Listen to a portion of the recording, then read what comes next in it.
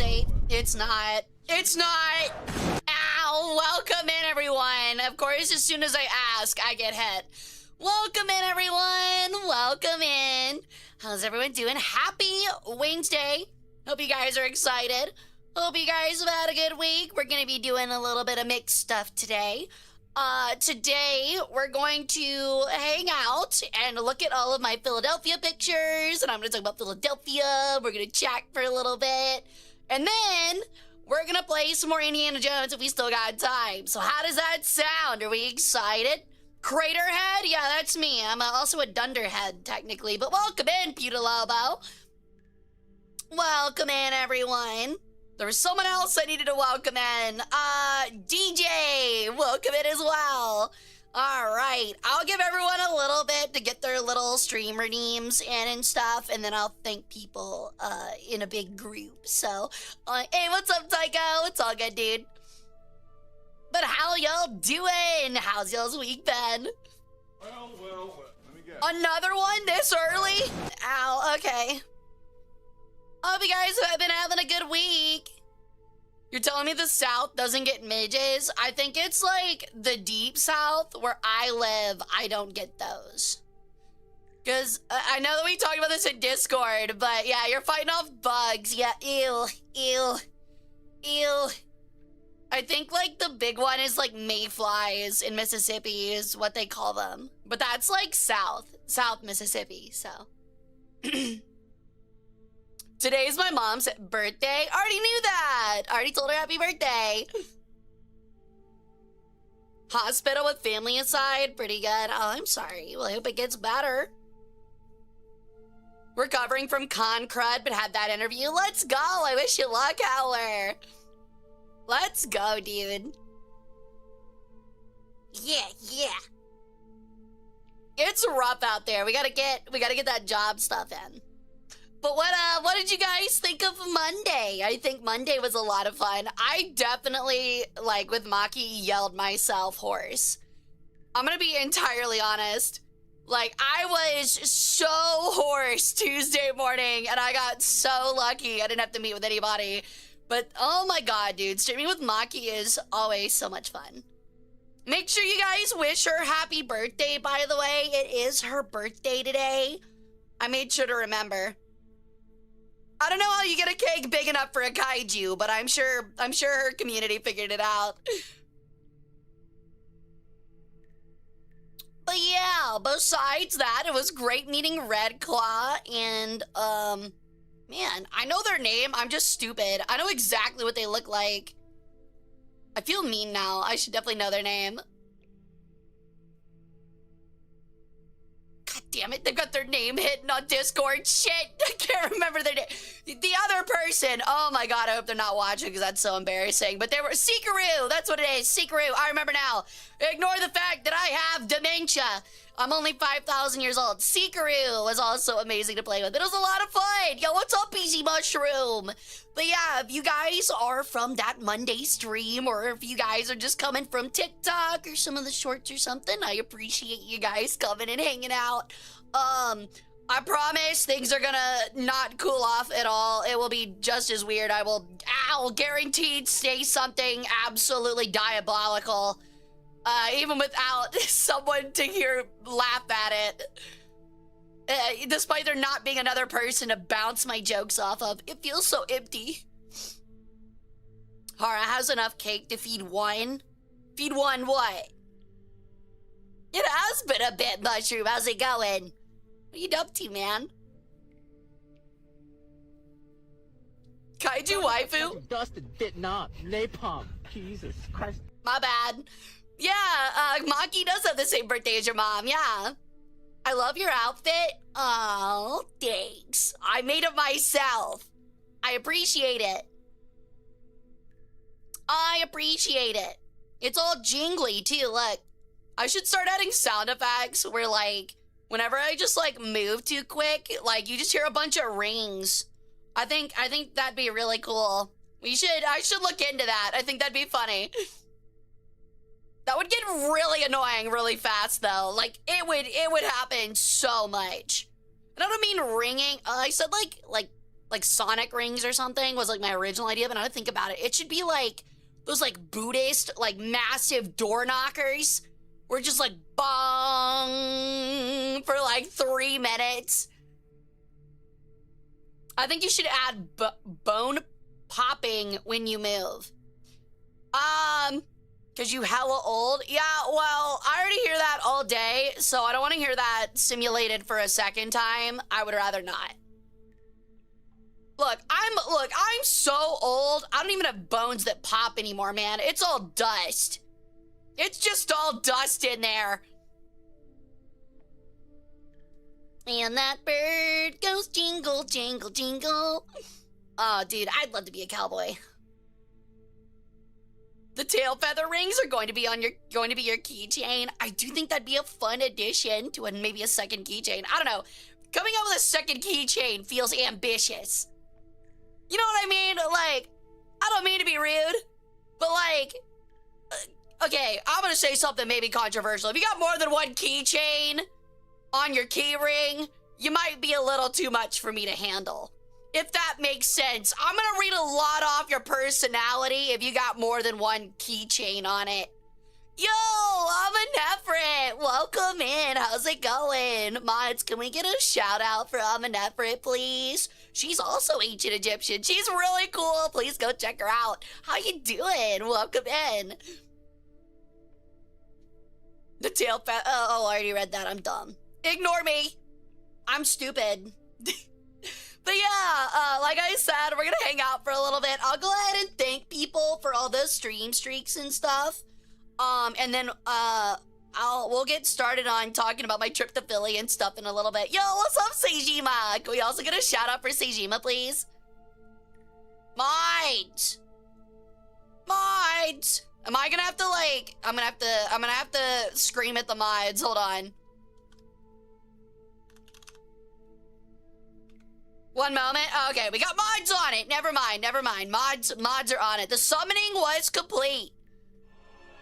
Yo, Malcolm, thank you for the 100 in. Thank you. My shit is breaking. Me too. And by my shit, I mean my brain. Popping in to say, hey, I hope you're well. I'm doing great, thank you. I just got back from my museum conference work trip on Sunday. Back in the office, back in action. But having a good week so far. Had an extremely busy Monday. We're gonna have a really extremely busy week this week. And then next week, I'm taking another break. I'm going to the beach. I'm definitely getting a fucking sunburn, which is so ironic.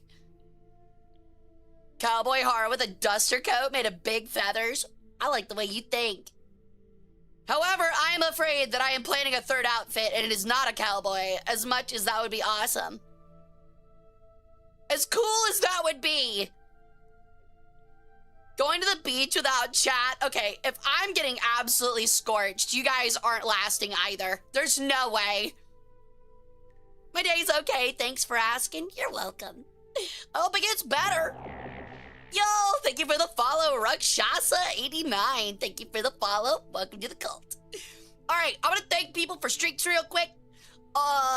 Seijima, thank you for the 30 stream streak. That's big.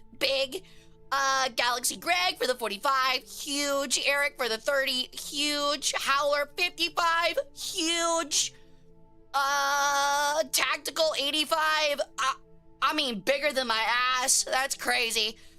Apollo, thank you for the sub. Welcome back to the harem. Irony, thank you for the sub. Welcome back to the harem. Benjamin, thank you for the sub. Welcome back to the harem. Jeffrey, thank you for the 5 stream streak. Thank you guys so much. If there's more on stream, I will couch them in between incessant yapping. And thank you for the follow, Mushroom. Welcome to the cult as well. I've never had a fungus in my cult before. Are you like, what kind of mushroom are you? And are you like, what's it called? What's it called, like, when you're symbiotic? Are you symbiotic? Like, are you is that, am I getting that right? Yo, it's nice. Thank you for the 85 as well, and thank you for the sub too. Holy stacking, man. Holy stacking. Thank you. What's up, Herc? I tan, I don't get burned like a true priest. Ugh, disappointing. Yo!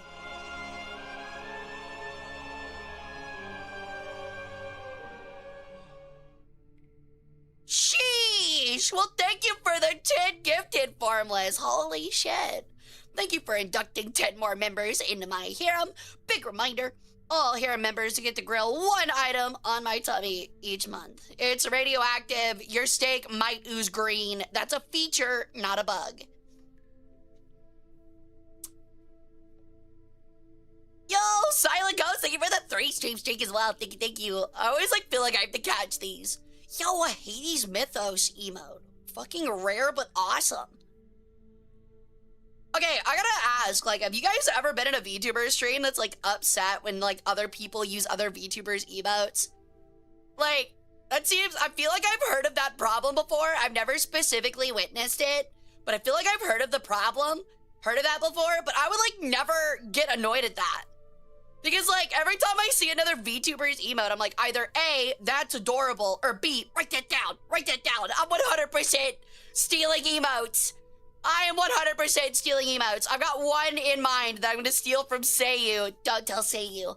But it's really good and I want it. Never saw one, I've heard of it, but never witnessed it. Honestly, that's a good thing. For as much drama and stuff that there is in the VTuber community, I feel like most people are extremely positive. Plus, you gotta use your own every now and then. You paid enough for it. I use plenty of mine on Discord. I shoehorn those bitches in as much as I can.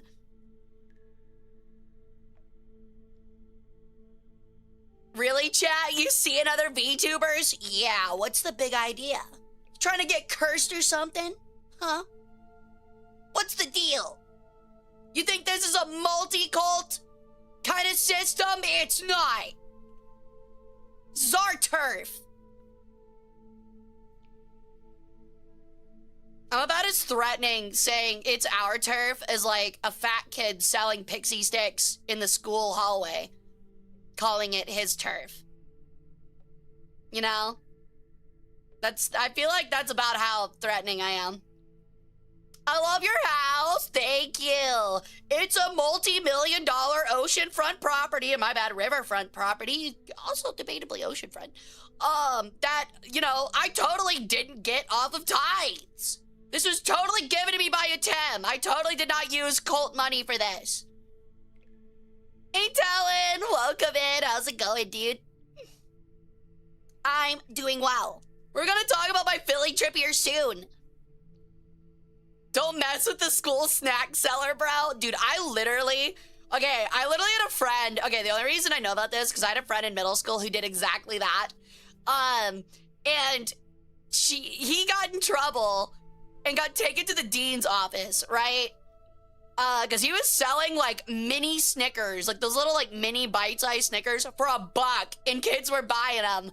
And I'm like, okay, one, you kids are stupid. I might be, 14, but you kids are stupid. And two, that's an incredible business venture. I didn't make friends with the school snack seller. I was already friends with him, and then he became that. I was friends with him before he became a supplier. Anyway, moving on. He got moved to the dean's office, and the dean at our high school, while a serious guy, was really funny and liked to mess with the kids, which I think makes you a really cool principal. And he brought him in and sat him down, and the dean, it was just him and the kid, my friend and the dean in his office. And the dean was sitting there like Shinji's dad in Evangelion. He had his hands down and his hands over his mouth. He was looking real serious. And he was like, so, heard you been dealing all over the school. And he was like, yeah, I have been. He's like, I won't call the police this time because I like you, but I'm gonna let you off with a warning. It was so funny. And he was like, get out of here, you scamp. We're gonna take the candy and you're gonna take it home with you at the end of the day. I just don't want to see it again. It was so funny. Same guy that walked up to the only Persian kid in my class and spoke a sentence of Farsi to him. And I don't know what he said, but the kid looked shocked. It was funny. This time, did he suspect something? He's just saying he's giving him one. Everybody gets one. I had an Osei named Amenhotep, vizier to my own version of Ramses VII. He tried to overthrow Ramses, so they had a duel, and Ramses won. Sounds common. Honestly, sounds very Egyptian. Hey, Dynamite, I'm doing pretty good. How you doing? But yeah, my day's been pretty good. I got a lot of work done. I touched a really old, moldy, I was gonna say old, which is true.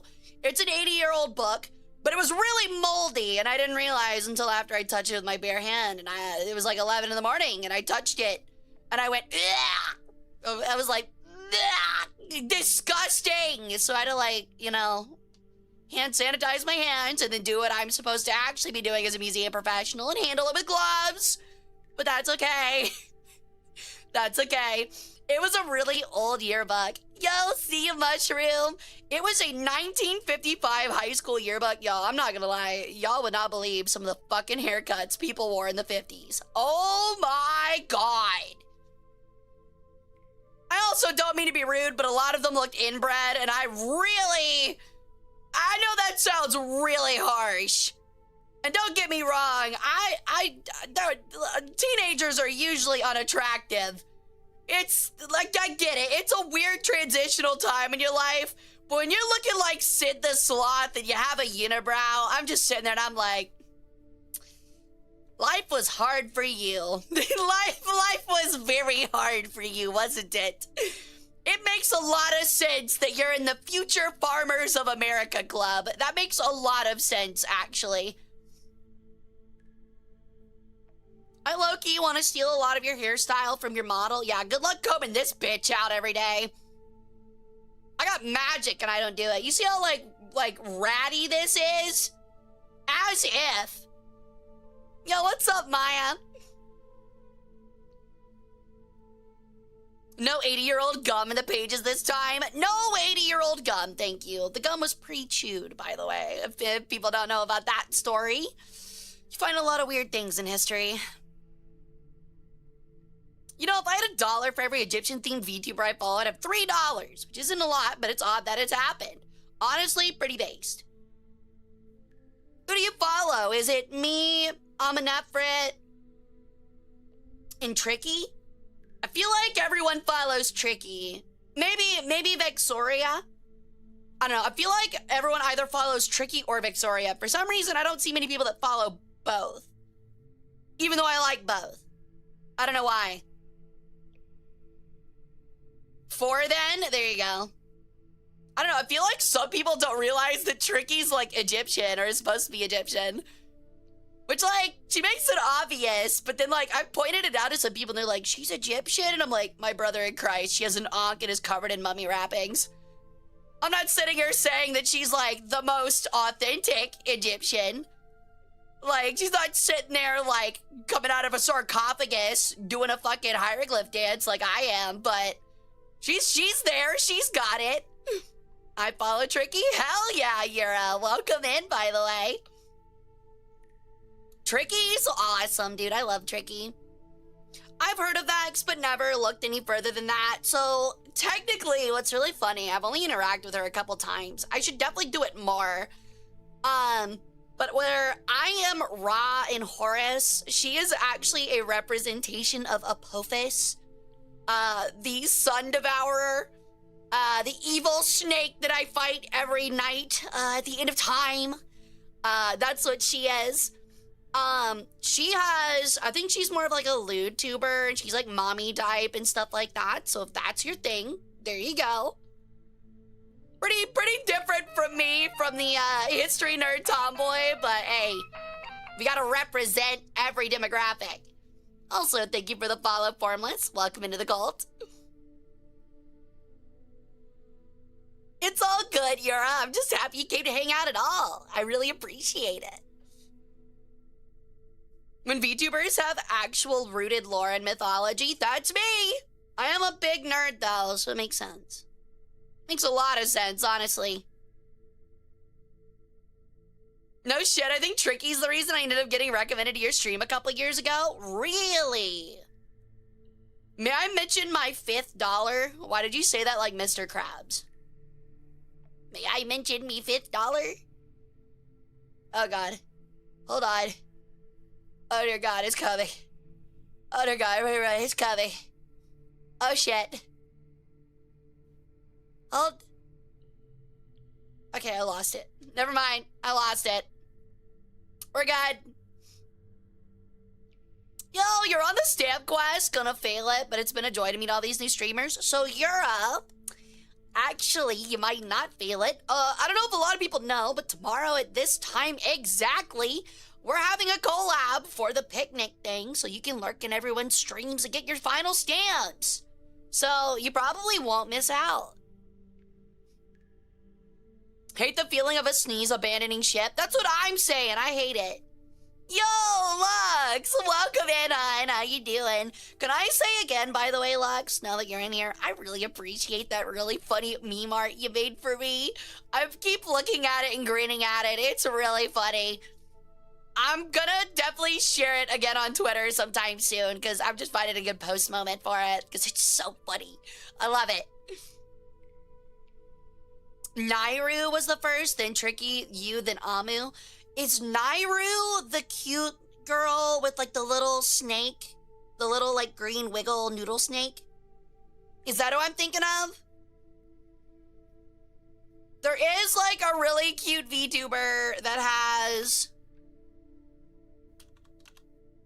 She's like a little green Egyptian snake VTuber. She's so cute. Hold on, let me find her.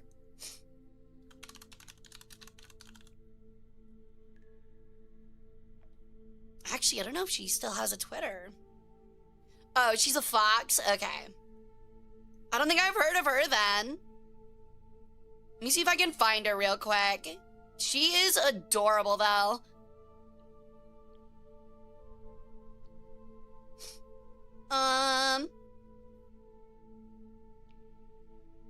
I know Tuma for a while was Egyptian. I don't know if she's still Egyptian. I feel like she re-debuted. But I can't quite remember. God, what was her name, dude? I haven't seen her on my feed in so long, but she has such a cute design. She's got like green hair. She's a little wiggly noodle snake. She's a bit of a smaller VTuber, but she's adorable. Man, I can't find it. Oh, that stinks. Maybe I'll find her and I'll alert the Discord when I do. She pops up very rarely, but when she does, she's cute. Hold on, maybe I can find her here. I found her! Okay, her name's Nuya. That's her. Yeah, her name's Nuya. She's so adorable.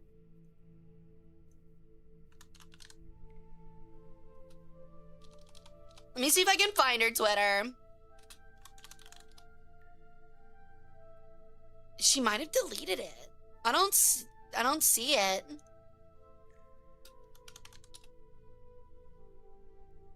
Okay, it's Scribe Nuya is what it is.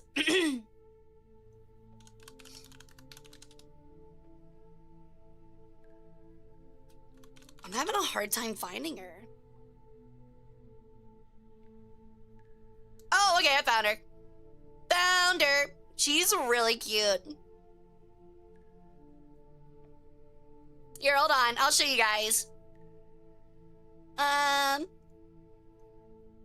If you don't know, by the way, a couple of the things that like I really love are like history VTubers and like education VTubers. Bam! That's her. Isn't she cute? She's absolutely adorable, dude. Look at her! But yeah, she's got like a little snake, and there's like little Egyptian guys. Look at her little alligator shoes. Yeah, she's adorable, dude. She feels very 90s anime, you know? But yeah, she's cool. I would go check her out. Scribe Nuya, it's up there in the top right.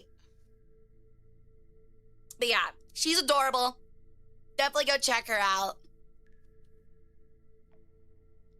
Let me make sure I fix that. There we go. I think she still streams, so... She does. Okay, that's why. She hasn't posted on Twitter in a while, understandably. Okay, sorry if I missed any messages. Titan, thank you for the 10 stream straight, dude.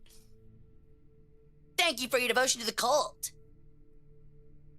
Oh, okay, that's Nalia. Never mind. I've definitely seen her design before. Hi, Imperial. Hey, Nelek. Making sure I get everybody's messages in. They didn't keep you in the museum. I thought they held the art there. Oh, smooth. Okay, I'm caught up. At the beginning of stream, I spammed, which really made me want some McNuggets, and now I have them, so McDonald's cuts you a check. Oh, well, I want McNuggets! What the fuck? Sounds tasty. I just had a sandwich on ciabatta, and it was fine, I guess. It was okay. It was something. It's in my stomach. That's all that matters, I guess. Not gonna lie, I don't think I've ever heard Hara ever say a VTuber isn't adorable and cute. I mean, to be honest, it's because if I have a negative feeling about someone, I feel like I'm old enough to understand that if I don't have something nice to say, I should say it. First off. Second off, I would say most VTuber designs are really well done. I think a lot of people put a lot of effort usually into their designs. And 3, naturally, I don't talk about VTubers that I don't think look good because I wouldn't look at their stuff. You know what I mean? I'm not saying that like I'm not like graphics nerding out over VTubers, but like usually, sometimes I'll just straight up follow VTubers because I love their design, even if I don't care about their content. But yeah. But yeah, it's also just like, yeah, it's like Jenkins said, it's just basic respect. Did not. Napalm. Jesus Christ. I would never. Finally got all the dwarves and chaos dwarves and Warhammer 3. Any tips for playing them? Iron Drakes are fucking busted. The hell cannons, or not the hell cannons, the quake cannons, whatever they're fucking called, are also insanely good. What are your preference in VTuber models? What do you mean?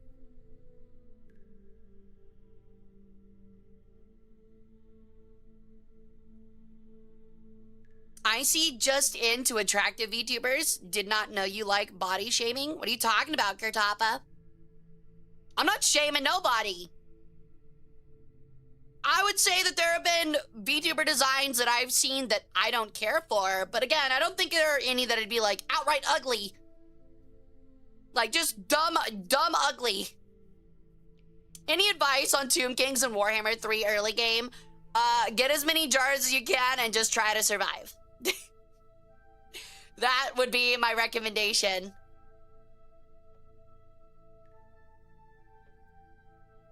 But what do you mean, Death Art, by, like, preference in VTuber models? Yo, what's up, Orwell? How's it going? Are you feeling Orwellian today? I forget what that means. I have a pretty good idea, I think, but I'm asking it anyway. Are you feeling Orwellian? Yep, hell yeah, dude. Let's go. Wait, that's the guy that wrote, what is it, 1984? Right?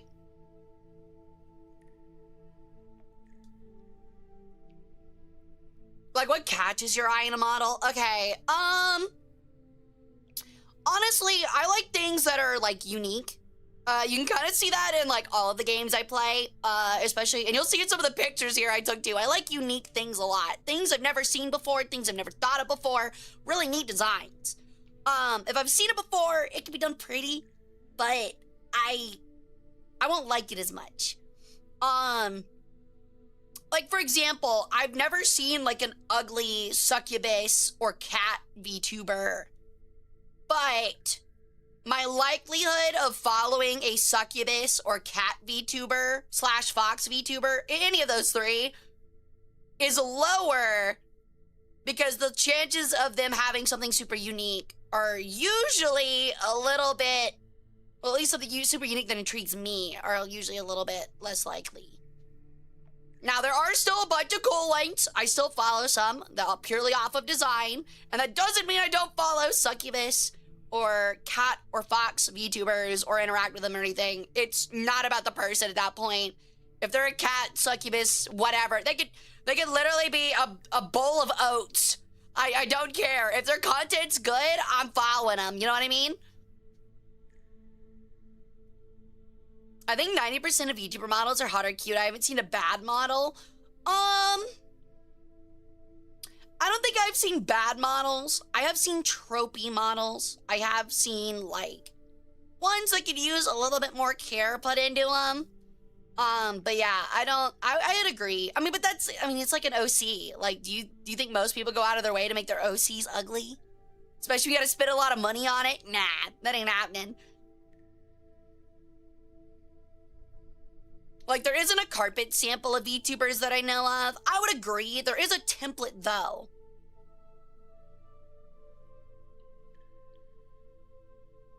Yeah, I know, hi. I want to see a bowl of oats VTuber model, VTuber now, or did Hara leak her new model? Oh. Yo, Atomic Argonaut. Welcome in, dude. How's it going? Welcome in, Kojo. I started following you because you were streaming the most underrated strategy game ever. What game's that? The only ones I dislike are the ones that are obviously fetish-based. I mean, gotta get that money sometimes. I get it. That's, again, one of those things where it's like, I get it. No, I get it. Just working right now. I was doing that, too. I hope your work day goes well. Total War. Do you really think that Total War is, like, underrated? I'm not like a 4X player, but I would say like Total War's like grand strategies a little bit more simplified. But I kind of like it. Having played Civ, I kind of like it. One of the things I first noticed, I appreciate it. That was kind of one of the things like up until I found Kumi, because I think Kumi and this actually feels fucking crazy to say. Because this is just how funny and interesting and awesome to hang out with Kumi is. I think Kumi and I were about the same size when I debuted this model. And she, besides me, was the first VTuber I saw to have tail feathers. And now she's fucking massive, which is great for her. But also, it's definitely had some people be like, oh, tail feathers are neat, which is really cool to see. I did see 40k Gladius was free. I might have to pick it up. I've been thinking about getting Mechanicus as well. Yo, thank you for the lurk, Alex. I'll happily take your organs. Are you interested in Mechanicus too? Definitely, 100%. I've always wanted to play an XCOM style game, never had the chance to get one. You had a chemical burn? Oh my god, that's crazy. Well, I hope you're okay. I'm sorry if you smell any almonds. I'm waiting on the new Total War Warhammer 40k coming out. Me too! Me too, dude. So if you guys don't know, we actually had a Total War Warhammer 3 AI v AI tournament that a lot of creators and chatters submitted entries into. And we had a lot of fun for 2 weekends as I shoutcasted the games, as the AI slugged it out with one another. We're definitely going to be doing one like week 1 of whenever Warhammer 40k comes out. So I'm really looking forward to that. I'm gonna have to get that stuff starting to get set up soon, because I think it comes out like in the fall, maybe. Shoot, I might take off work for that, honestly. There's like 4 big Total War content creators and they're all old. Hey, Cleo might be old, but she's beautiful.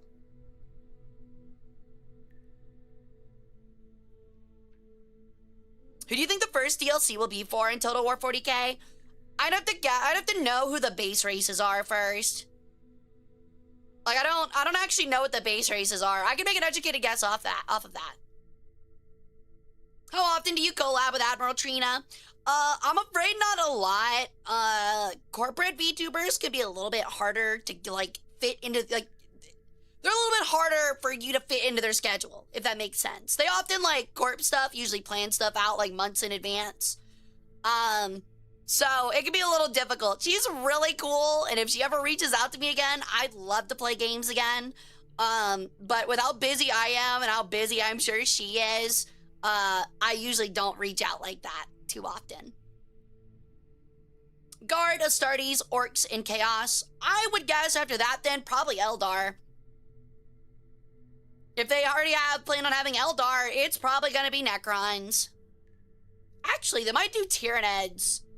Because Tyranids would be so, well, no, I guess they wouldn't be that easy. I was thinking like Tyranids are mostly melee, but not really. Hey, Sammy, welcome in.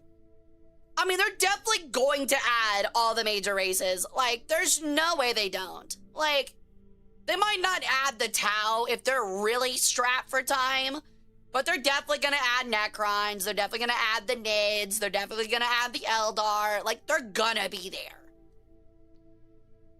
I'm doing good, Jordan. How you doing? They're definitely adding Chaos. Like, Chaos is definitely, I mean, I think in the trailer we already saw Space Marines and Chaos, so.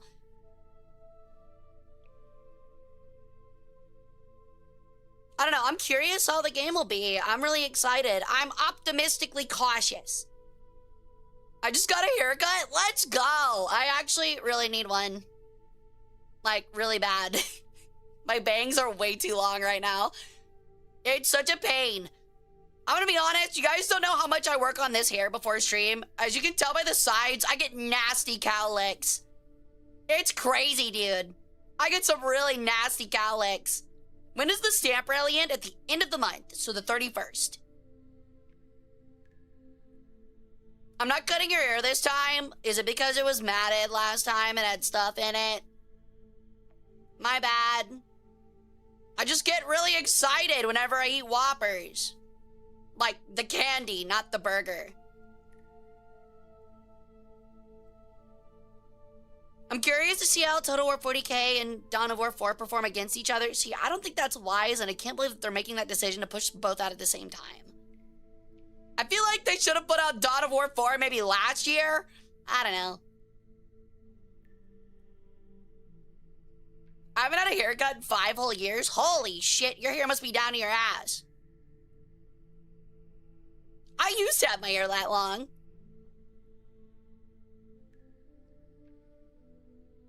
I also have miniatures of the bird demons they follow. Hell yeah.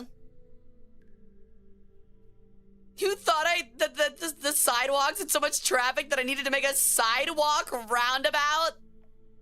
That sounds like you should probably introduce bike lanes, kid. They leave that to the publishers? That sounds about right. That sounds the exact same as Fallout. I'm still amazed that, like, people were asking Todd Howard at the beginning of Fallout Season 2, so you guys have, like, any games played or anything like that? He's like, no? And everybody was like, are you serious? Like, you really? You have this incredible show popping off, it would be the perfect time to release a game, and you didn't think about it? That's crazy. Hey, Lorelai, welcome in. Oh, that's neat, Tycho.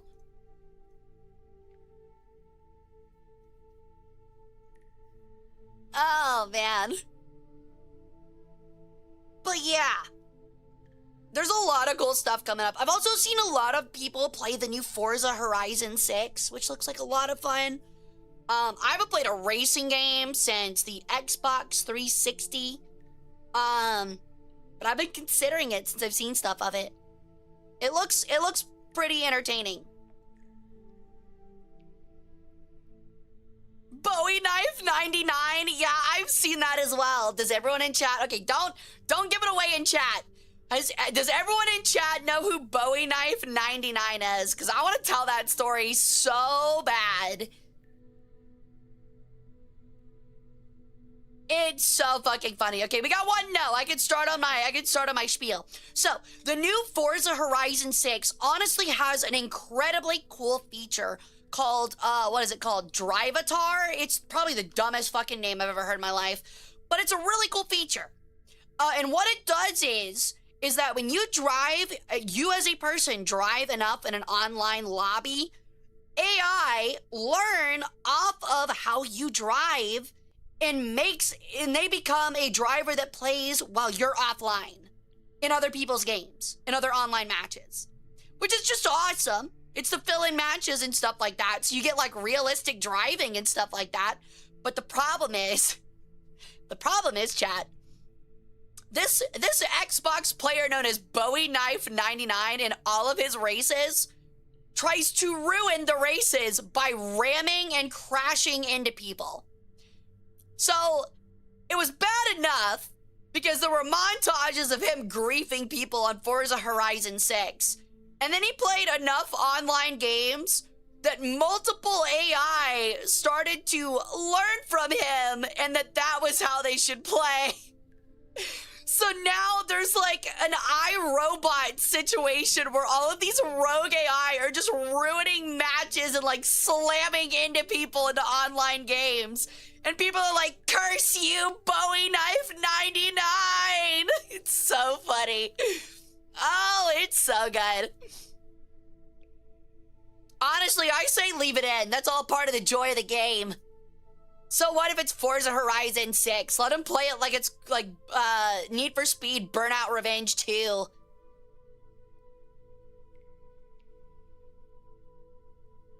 That's crazy. Do they know it's them? What do you mean by that? Actually, I don't know if that Bowie Knife guy knows, like, he's internet popular. He could be like an 8-year-old that didn't even have access to the internet.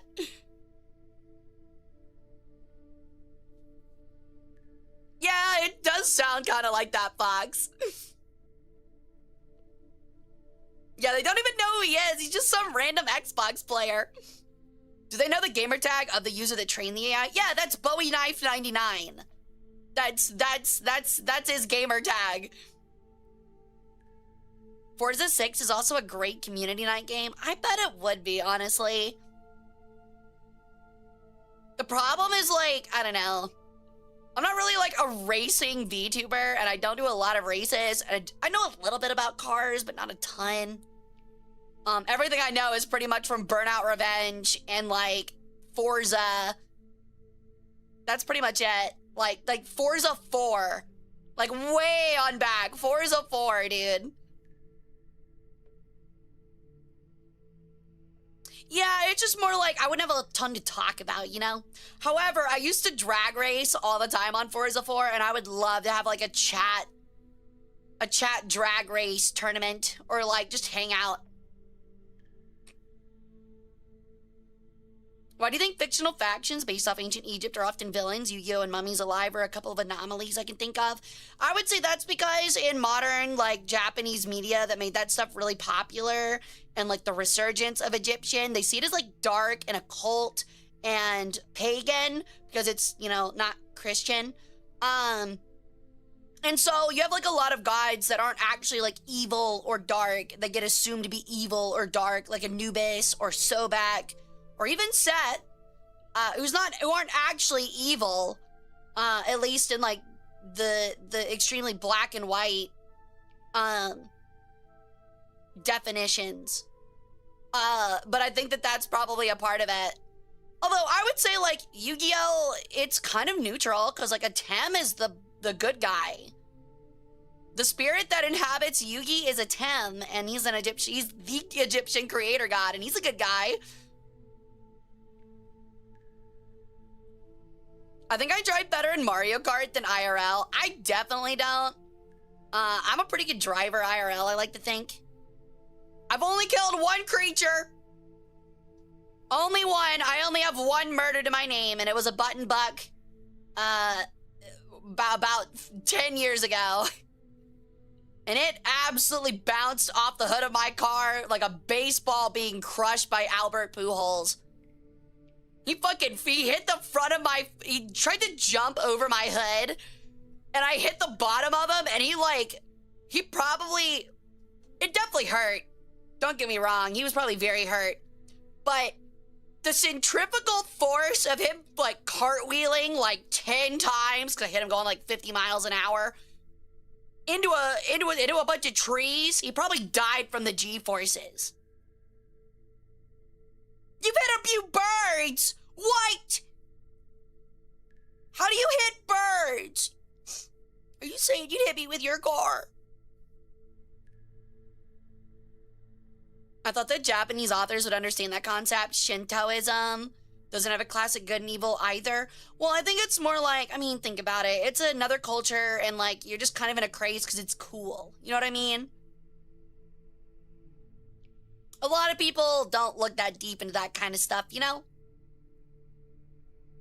I'm hitting you with my fucking vehicle. I hit an indecisive squirrel once. I will never forget. It was like one extremely dark and stormy night, and I kind of live out in the sticks. And I was driving home from the gas station on this little 2-lane road that is nothing but trees on either side that like arch over the road and stuff. It's really pretty, especially in the summer. But it was like dark at night, and there was a storm coming. It was blowing. I was trying to get home fast. It was like weaving in and out of corners, going like 45, 50 miles an hour, like a 30. Probably shouldn't have, but you know how it is. And I turned this corner, and probably like 15, 20 feet down out of the corner into a straightaway is something in the road. So immediately I start slowing down, and I put on my brakes. It was maybe, no joke, no Josh in here, the fattest raccoon I think I've ever seen in my fucking life. And he was sat down in the middle of the lane, enjoying himself some nice meal. And I'm just like, I started slowly creeping forward. I'm talking like 3 miles per hour. And I'm like, come on, buddy, move out of the way. And he just kind of like, he didn't care, dude. He was sitting down at a little table, eating his food. I'm just like, you little fat fuck. Like, just... You don't even know what's good for you. So I drove around him and continued on my way, but it made me laugh. It was like 2 in the morning, too. I was like, this guy got himself like a little midnight snack. It was just absolutely sitting himself in this very convenient flat space to eat his dinner. This is very funny. I love raccoons. They're so cute. Mommy, sorry. Hi, mommy shit. Hi. I'm way too old to be your mom. I narrowly missed a deer one winter and swerved off the road, but someone by a miracle perfectly ended up on the shoulder. Ooh. Good luck. Oh yeah, I love Century stuff. Her stuff is awesome. She's one of those people where like, I comment on her stuff trying to be funny, or their stuff trying to be funny, and I'm like, one day they'll laugh at my joke and let me know they laughed. One day. But yeah, their Bastet comics are really cute. Actually, one of my redeems is a playoff of one of their comics. I keep saying her because like they represent themselves, the little Century Roman girl. But one of my redeems is based off one of their comics. It's the Roman one. And yo, thank you for the 85 street gear. That's crazy. Thank you for devotion to the cult. You started the plot of Over the Hedge. Over the Hedge is a great movie. I haven't seen it in forever. That raccoons are apparently in a very early stage of domestication. I got it. First try. Or at least on the fast track. I mean, it makes sense. They already eat our garbage. They're so used to humans. There's straight up people I know that just leave dog food out on their porch for raccoons to come and eat. She is worse than Greek. That's it. She is. May a tomb forgive me for even uttering this word.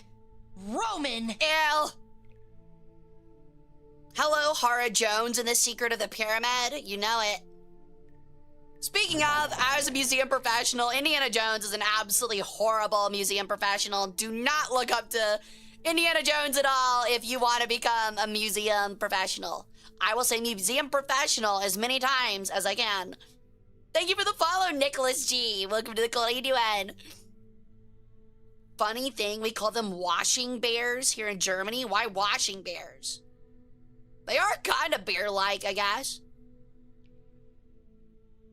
Netta Rare CBT, that's from when we play War Thunder.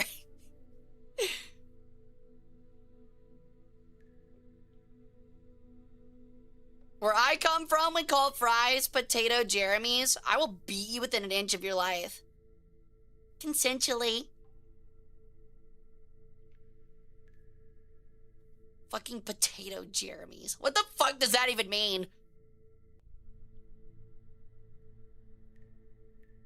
actually was almost about to say out loud, I'll French you. And I was like, wait a minute. I was like, hold on. Hold on. I will be baiting myself there. Those 3 letters give me flashbacks. Good. Good.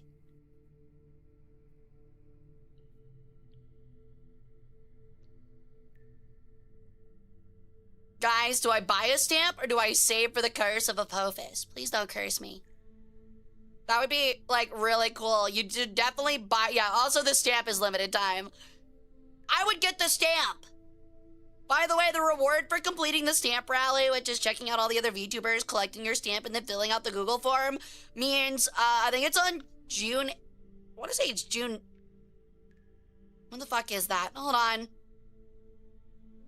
It might be June is it June 2nd? I can't remember, but sometime early in June, you'll be able to do a meet and greet, a one-on-one virtual meet and greet with us. I wish the curses were limited time and missed my organs. I mean, you can always claim somebody else's. Hey, Ferris. Where I come from, we call it, hey, no Morse code in my chat. What did I say about Morse code in this fucking chat, man? I don't want any fucking morsers in here, man. It's disgusting. You little fucking dots and dashes. What are you, a robot? Pfft. A clanker? Oh, now we got full-on binary. See, you let one clanker in and suddenly all of them gotta come hang out. One chat with women intimidating? Oh, absolutely. It's absolutely intimidating. If it makes you feel any better, I'm a tomboy, so I'll act like a bro. I'll wingman the fuck for you, and then I'll probably ruin it at the last minute on accident. Yeah. You not just say that, what, clankers? Clanker! Everyone knows that magic hates science. It's basic fantasy. It is basic fantasy. And don't get me started on that disgusting abomination called Magitech. Ugh. Disgusting. Abomination. Foul. Foul. Tell that to the Skaven. The Skaven don't use magic. They literally just use uranium-235 shoved into objects. It's not magic. It's just radiation. I don't know, maybe radiation is magic. Wingman until she steals yo girl. You think I have game. That's fucking hilarious. Much like the Peregrine Falcon that I am a representation of. I fly in from a high angle. I fly in fast. I look fucking cool. I get it on the first hit. And then I fucking bomb it, and it's awful, and I gotta fucking flee as fast as I can. It's awful.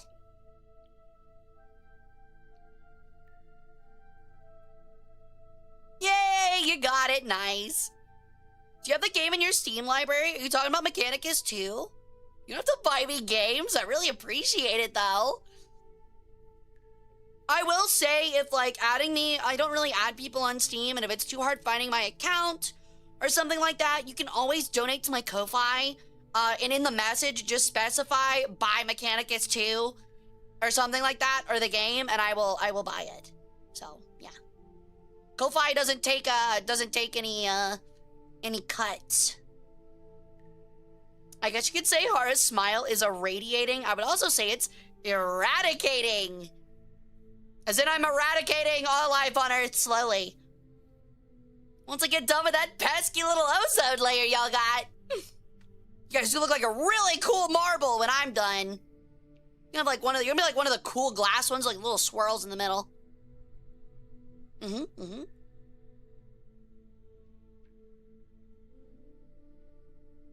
got a little night lamp function? Yeah, it attracts mods. Luckily, I also double as an electric lamp. Or like one of the electric bug zappers.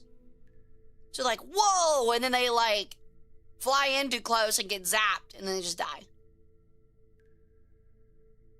Can I fully admit something, by the way? I learned this. I'm not a biology expert. I only know history. But I found out that bugs freak out, right? When they see lights, you know, like bugs always gather around lights at night and stuff like that. The reason is because bugs have this subliminal like conditioning where they know they're right side up as long as their back is towards the shiniest thing around them, like the brightest thing around them. So when you put like a lamp or multiple light sources, they get confused and it's thrown a little whack and they fly everywhere, and that's why they suck at flying. To me, that just says that like bugs are robots. Like not literally, but like bugs effectively are robots. I used to feel bad when a bug died, but that kind of like woke me up to being like, oh, like those things literally don't have a conscience and they literally only act off of like the most basic of instincts. Like they don't understand or feel or do anything. Yo, salvage scraps! Sun creature spotted, that's me! Would you like some radiation? I know I've been irradiating chat a lot today, but you know, honestly, I heard that the number of skin cancer diagnoses with Maki on Monday was high, but we can get those numbers up. I'm a believer. Literally, I'm that Family Guy edit where literally fucking Peter's like, I'm a tumor, I'm a tumor, I'm a tumor. I'm a tumor, I'm a tumor, I'm a tumor. I'm a tumor, I'm a tumor, I'm a tumor. Oh, I'm a tumor. That's me! I'm a tumor! That's me. Can I invoice you for cancer treatment? Sorry, no refunds. Hit me with 300,000 rodent gens, please, all at once. Okay, I need you to do something for me. For me to get that together, Scraps, there's a weird thing. I want to teach you guys some science called the ozone layer. I don't know what it's made of. I would imagine ozone, like it's a layer of it, I guess. Maybe. And it stops me from hugging you guys. It's a giant cock block, honestly. So what you should do is every free moment, thank you for this sub, Sammy. So that what you should do is every free moment, you need to do the best you can to get rid of it so I can get closer to you guys, so we can be best friends. I can hug you all the time, right? So what that means is I need you to go down to Home Depot, right? Go down to Home Depot, buy a lot of fuel, buy a lot of rubber, and buy a lot of like aerosol cans, and just make a big bonfire and have a big barbecue party on it. And eventually, that pesky ozone layer is gonna start making a big asshole, and I'll be right there waiting on ya. Yeah. I think another alternative is hijacking a NASA rocket so I don't do my fellow humans. Other humans want my embrace. Ignore if they say no, they're lying. I can read all their thoughts.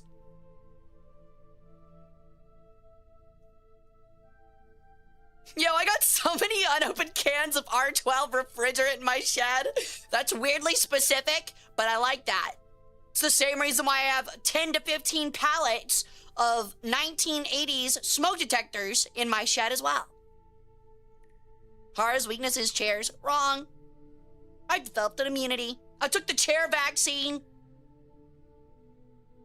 I'm actually immune to all forms of furniture. So go to AutoZone and buy the AC recharge cans and bust them open. Just have a party. Start spraying them on people. Spring clean. Ow. Did you replace your underwear? Are you toughing it out like a normal person? Yes, I replaced my underwear. Are you really asking me that question, Nosemi? Are you serious? It was really embarrassing, though, when I was like... I definitely bent over a couple times because I was changing acrylic cases because some of them got scratched. And I was having to pick them up by myself. And I walked to the collections room, and I was like, that's weird. There's skin touching that isn't normally touching. And I like, I'm gonna be fully honest. I put my hand down my pants, and I was like, yep, that's a massive fucking hole. I was like, awesome. I was like, great, dude. It's censored underwear. Ooh. No draws for you, buddy. Yeah, I came home and I like got in the shower and I took them off. Oh, so hot. Hara took her underwear off. Yeah, whatever. And there was a second hole in it too, so I was like, I probably should have thrown these away earlier. I was like, these probably should have been thrown away earlier. Extra breezy at work. Okay, I was lucky enough I was wearing pants. You took them off after the shower, before the shower. Hara is a public ball scratcher, confirmed. If I had them, I would all the time. You could not keep my hand out of my pants. It just seems comfortable. That would be my default setting, or hands on my balls. Just saying. You seem warm. It's like it's like that popular Chinese trend going on right now where they move the two like walnuts in their hands until they become like marbled. It's like that. Hara would be such a fuckboy as a dude. I would be such a fucking failure.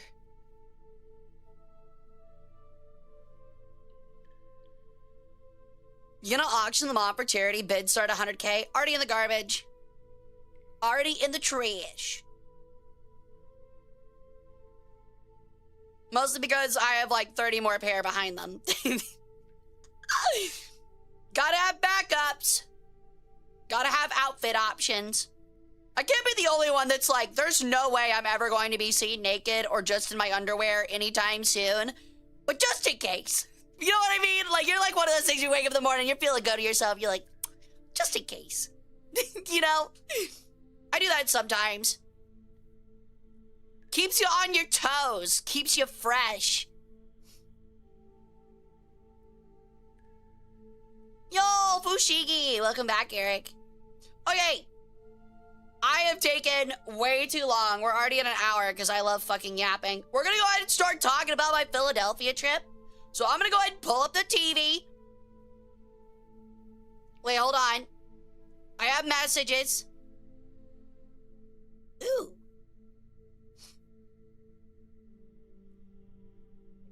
I'll take a look at that in a little bit. That is some really cool stuff later. Yap, Central Primetime Yapper. I love yapping. Oh God, Philadelphia, did it explode again? No, at least not this time. Okay, so I'm gonna scooch on over a little bit for you guys. I don't wanna get in the way of the TV. Let me get my pictures pulled up. Go all the way to the back. Okay, okay. Some of them might look pixelated. I apologize about that. The photos thing is stinky, and that's just how it works. So I'm gonna go ahead and pull it up. TV. Hello? Oh, I have the wrong thing. There we go. Okay, there we go. Hooray! First try, the first try. Having lived in Philly, I'm so sorry I had to go there. I liked Philadelphia. I'll be honest, I actually really liked Philadelphia. It was really rainy the entire time, but I did like it. Hey, Fushigi. Yeah, we're talking about Fushigiing a dude's balls. Did you devour a cheesesteak? Notes for later. Okay, so first things first. First day, who is Delphia and why are people filling her? What? What? What are you talking? What? Anyway. Anyway. Is it always sunny there? No, it literally was dark and rain the entire time. I was there from Tuesday night to Sunday at 4 in the morning. So, yeah. Alright, so my first day was actually a really good first day. This is, would anyone like to take a guess? Well, that, in the bottom corner, that's me. Lorelai did that art. They're really cute, aren't they? The little chibis she drew for my little, pictures that I was gonna post. But yeah, this is the USS New Jersey. Now, I feel like a big dumbass. So I play a lot of War Thunder, right? So that means I know usually... Hey, isn't this actually in New Jersey? Shut your fucking mouth. Shut the fuck up. Shut the fuck up. Don't ruin this for me. Shut up. Yes, it's in New Jersey. It is very much in New Jersey. I'm kidding, Irony, I'm joking. But yeah, it's in New Jersey. It's technically, honestly, it's in Philadelphia. You just go across the bridge to New Jersey, and if you get on the boat, on the other side is Philadelphia. It's quite literally Philadelphia. But anyway, so, me being a dumb War Thunder player, I was like, oh, look, they got a C-RAM on it, as you can see. Hold on. Up here. I was like, they got a C-RAM on it. That must be just, like, for, like, demonstration or something. And within 5 seconds of talking to the collections person there, they were like, oh, yeah, this thing was retired in the 90s. And I was like, oh, the C-RAM makes more sense now. I was like, which is crazy. I didn't realize the United States... Oh, okay. Shit. Okay, it starts off a little out of order, so ignore this for now. We'll talk about the New Jersey in a minute. This was the flight over Philadelphia flying in, 10 p.m.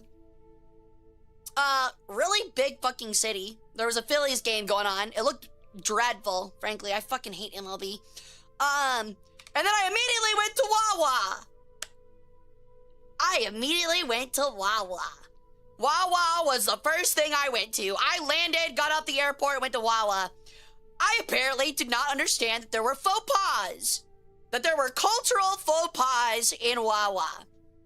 And that faux pas apparently was ordering the pizza.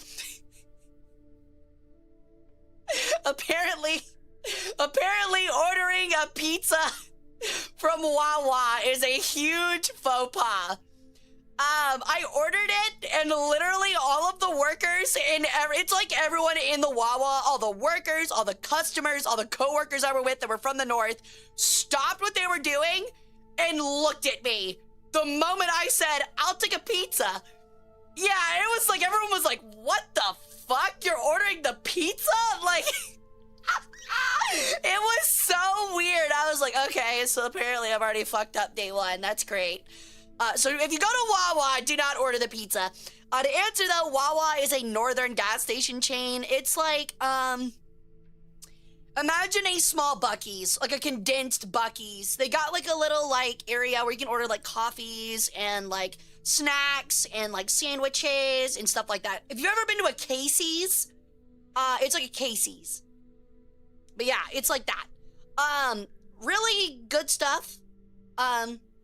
But yeah, I literally ordered it and everybody looked at me like I was fucking insane. They were like, foreigner! The moment I said I'll take the pizza, which was really funny. But then, after that, it got worse. It got more embarrassing, I know, right? So we ended up standing in there for maybe, I don't know. Wow, it's very nice. We probably stood up standing in there for like maybe 20, 30 minutes. I'm not even kidding. Maybe a good 20 of those 30 minutes were waiting on just my pizza. And there was one other guy that had been sitting there for like 30 minutes with us. And he looked at the group of us, which is like 4 or 5 of us, and was like, looks like we got a little competition going on. Let's see who gets out here first. And I was like, oh yeah, you're on, dude, you're on. He seemed like a cool guy.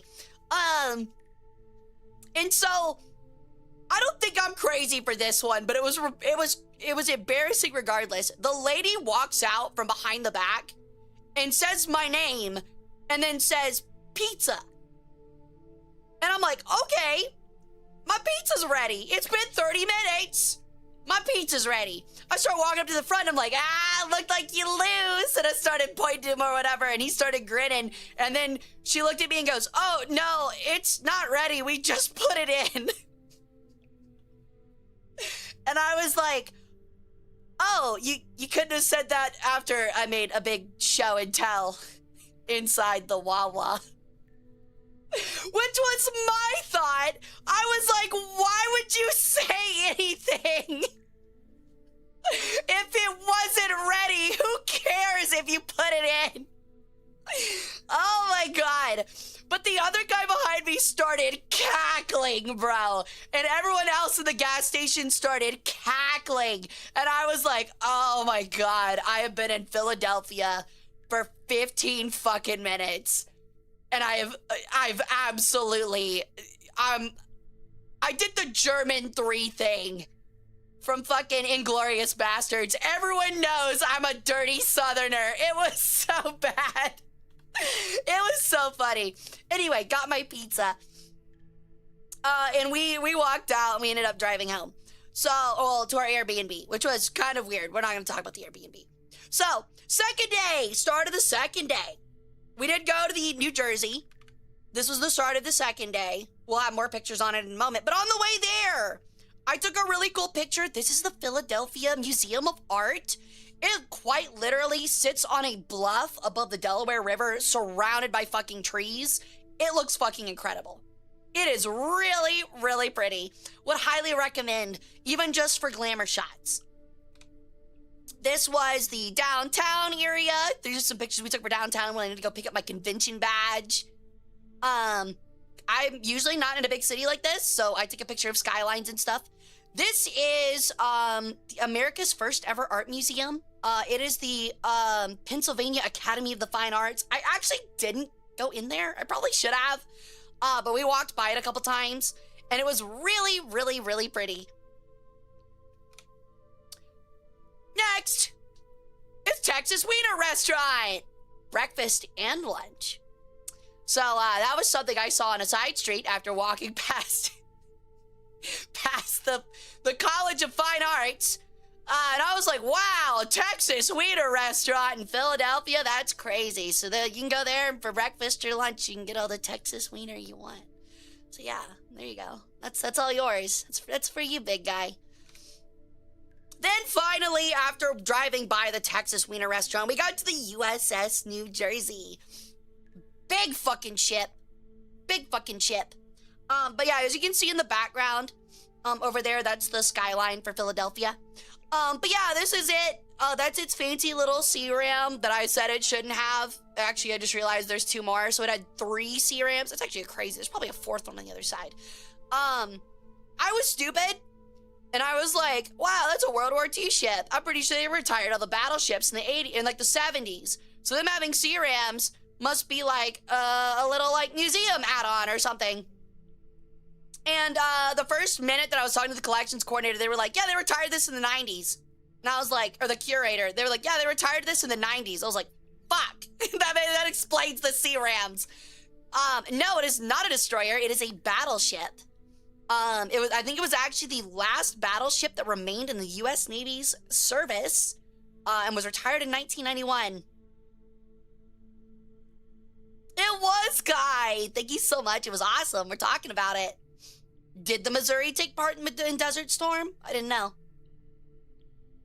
You got to meet Ryan Zimanski. I don't remember their name. I did meet the collections guy very briefly, like 10 minutes, while I was meeting with the education coordinator as part of the museum stuff. I don't think we exchanged names. I think we were just passing by him and we said hi. I thought that was the USS Wisconsin. I don't know, man. Not this one, though. But yeah, we got some really cool pictures. This was on the deck. I got a good picture of like the smokestack and the little radar dish and stuff like that. But you can also see right here. I thought that at first that those were anti-submarine like depth charge launchers. But now that I think about it, especially the big thing right there, it was apparently equipped with nuclear tomahawks. So yeah, those are actually cruise missile launchers, which is insane. Really crazy. And then the first picture on the inside. So this is the mess hall. You can kind of see it on the right over here, but they had ice cream machines. And the education coordinator who was giving us the tour was like, yeah, you know, the Army gets all the good stuff, but it's kind of hard to make the Navy, like, stand out more. So they just added ice cream machines, and that's your one big perk. Tomahawks aren't nuclear, I'm pretty sure. They did have nuclear warheads for Tomahawk missiles. At least that's what everyone on the New Jersey said, so I'm going with it. Here's a wider shot of it. I took 2. They have a little buffet style thing, but apparently I learned that there's only, was this paid for? Mine was free because of the conference. This was a part of the conference I went to.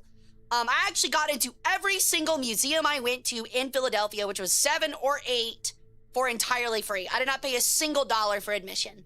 I paid $200 in parking, but not a single dollar in admission. So that was pretty cool. That was pretty nice of them.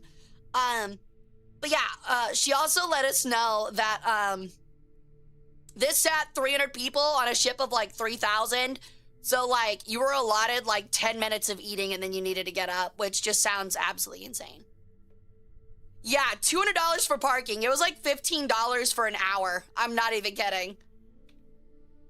This was the screen where you'd pick up your little buffet things, like the main for the day, with a little bit of the kitchen in the back. Cool refrigerator. Next cool thing, this is the loader for the main cannons. These are dummy shells, of course, but they are size accurate. But this thing right here is the loader. And so what would happen is that they were essentially like locked into these like things here, these little teeth, and you'd use the chain to pull them onto this circle, and then it would slot into the loader, is how it worked. And apparently one of the closest deaths, they only had like 1 or 2 combat deaths on the New Jersey. A close third one was one of these shells was being pulled by this guy with just this chain, and it literally fell on top of him and broke almost every bone in his body, and they barely saved his life. Which is insane. That's horrifying. Quick, someone calculate Hara's height comparison. You shut your mouth. But yeah, imagine one of those fucking things just literally falling on you. That sounds literally horrific. You're getting squashed like a bug. Okay, so this was the actual, this is directly under the turret. So if you climb up this ladder, you'll end up in the turret of the main cannon. So this was where they would load like the powder and where the shells would end up. And stuff like that. Which is pretty neat. I'm really happy we got to go see it. I think I have another picture here. So I'm trying to see if I got a picture of it. I don't think I did. Hold on. I did not. Okay, so what there is like there's these like 6 chutes, right? And the chutes, think of like a Blockbuster, like when you drop your DVDs, or a library or a bank. How you put them in the little trough and you close the door and then they can open the door and it's like all sealed. It was like that for these little powder charges, and they were 15 pounds of nothing but like powder, from what she explained. It was the charges for the shells, and you had to literally stuff them, 15 of them, into the loader before the next shell, which was like a minute, which is fucking insane. What size guns does it have? I actually don't know. I want to say like, I think 16 inch. Yeah, 16 inch. Yeah. So you had to stuff in 15 of those, each salvo from one of the turrets. And she made us aware that if they fired as fast as they could, if they really needed to put off rounds, they could have like some odd, like, I think she said over 100 rounds in the air at the same time. Which is just insane. Like, the reload was that fast. So, absolutely fucking crazy. Yeah, 15 or like over 100 shells in the air at once, depending on how far they were firing at, like if they were firing at max range. Because it would take them like a minute and a half to actually reach their target at max range. It's insane. So this was the targeting room with the targeting computer.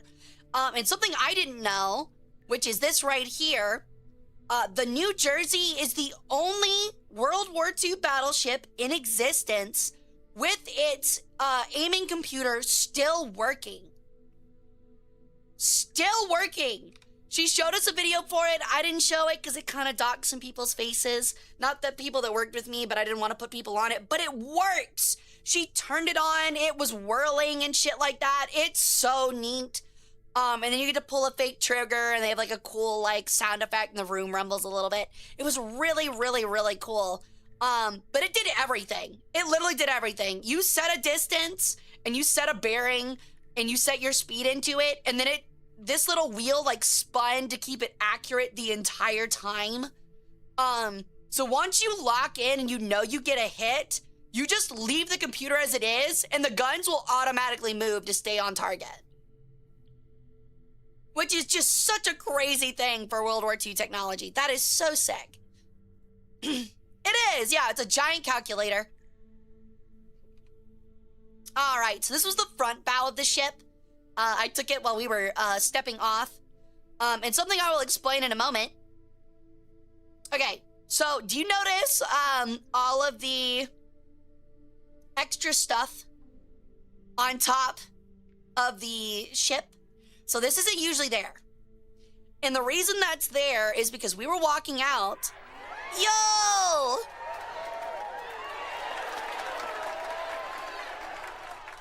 Welcome in, Raiders! Welcome in, everyone. My name's Hara Rae Sol. I'm an Egyptian peregrine sun goddess, and I do War Thunder variety, strategy, and history streams. Thank you so much for the raid nap.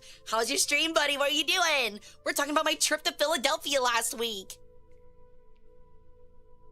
Good guess, Tactical. Yeah, it was a movie. I was gonna say we were getting off, and there were these box trucks waiting at the bottom, and we were the last tour before they closed for the week. Oh, a double raid! Thank you for the raid, Neon Moon! How was your stream? Welcome in, Raiders. You're playing 2 Point Museum. Let's go! I'm playing that on Sunday! Is it fun? I hope it's fun. But yeah, so we were walking down, and there were like box trucks that had Paramount slapped on the side of them. And we were the last tour for the week, so they were gonna have the whole week for filming. And you didn't hear it from me, but they said it was A Quiet Place 3. I don't know how realistic that is, and you didn't hear it from me. But one of the sound guys said they were filming for A Quiet Place 3, which I was like, I can't believe they're making a third one. I thought the second one was horrible. But anyway, that's why I think he might have been joking, because I don't think I know anyone that saw A Quiet Place 2. Have you played it before? I haven't. I'm really excited. Is it kind of like Roller Coaster Tycoon? That's what it kind of came across as. There was a second one? Yeah, there was. There was.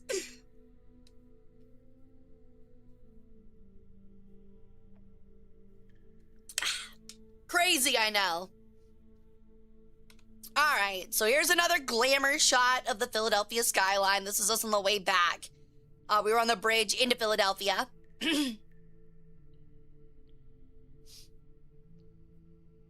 Really, there are some actual connections? That's neat. So, I actually want to point out these 3 buildings are like right here. Those are warehouses, and that is like a big factory. And that used to be like a really old docking station for port, like as a part of the port.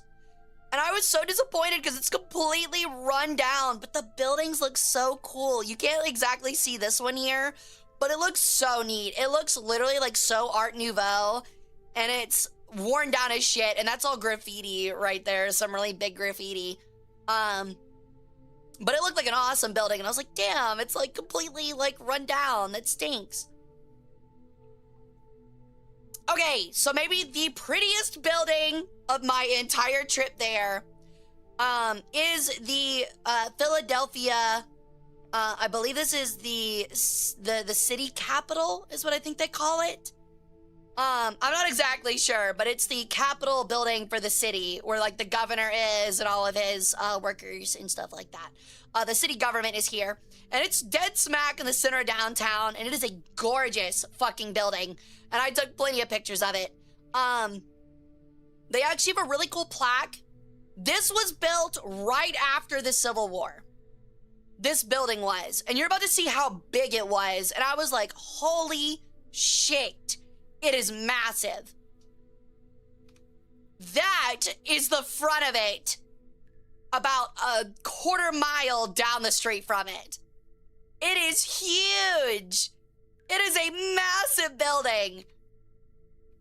Another skyline pic. Okay, so we'll get back to this later, but we walked into it later at a different date, and I took a lot of photos. So we'll get back to that.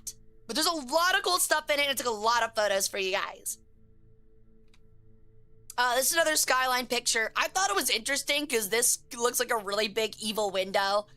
I was like, I could totally see like a villain owning like a big fucking office that has that entire window. And he just kind of walks out of that balcony and looks over the city. He's like, this is my city. This is my city. It looked creepy. That or it looks like a TIE fighter is supposed to dock in there. All right. Another piece de la resistance was Independence Hall. This is Independence Hall right here. Rather quaint. Really quaint. I saw, unironically, a bird get absolutely fucking jumped by 8 other birds right on this street right here.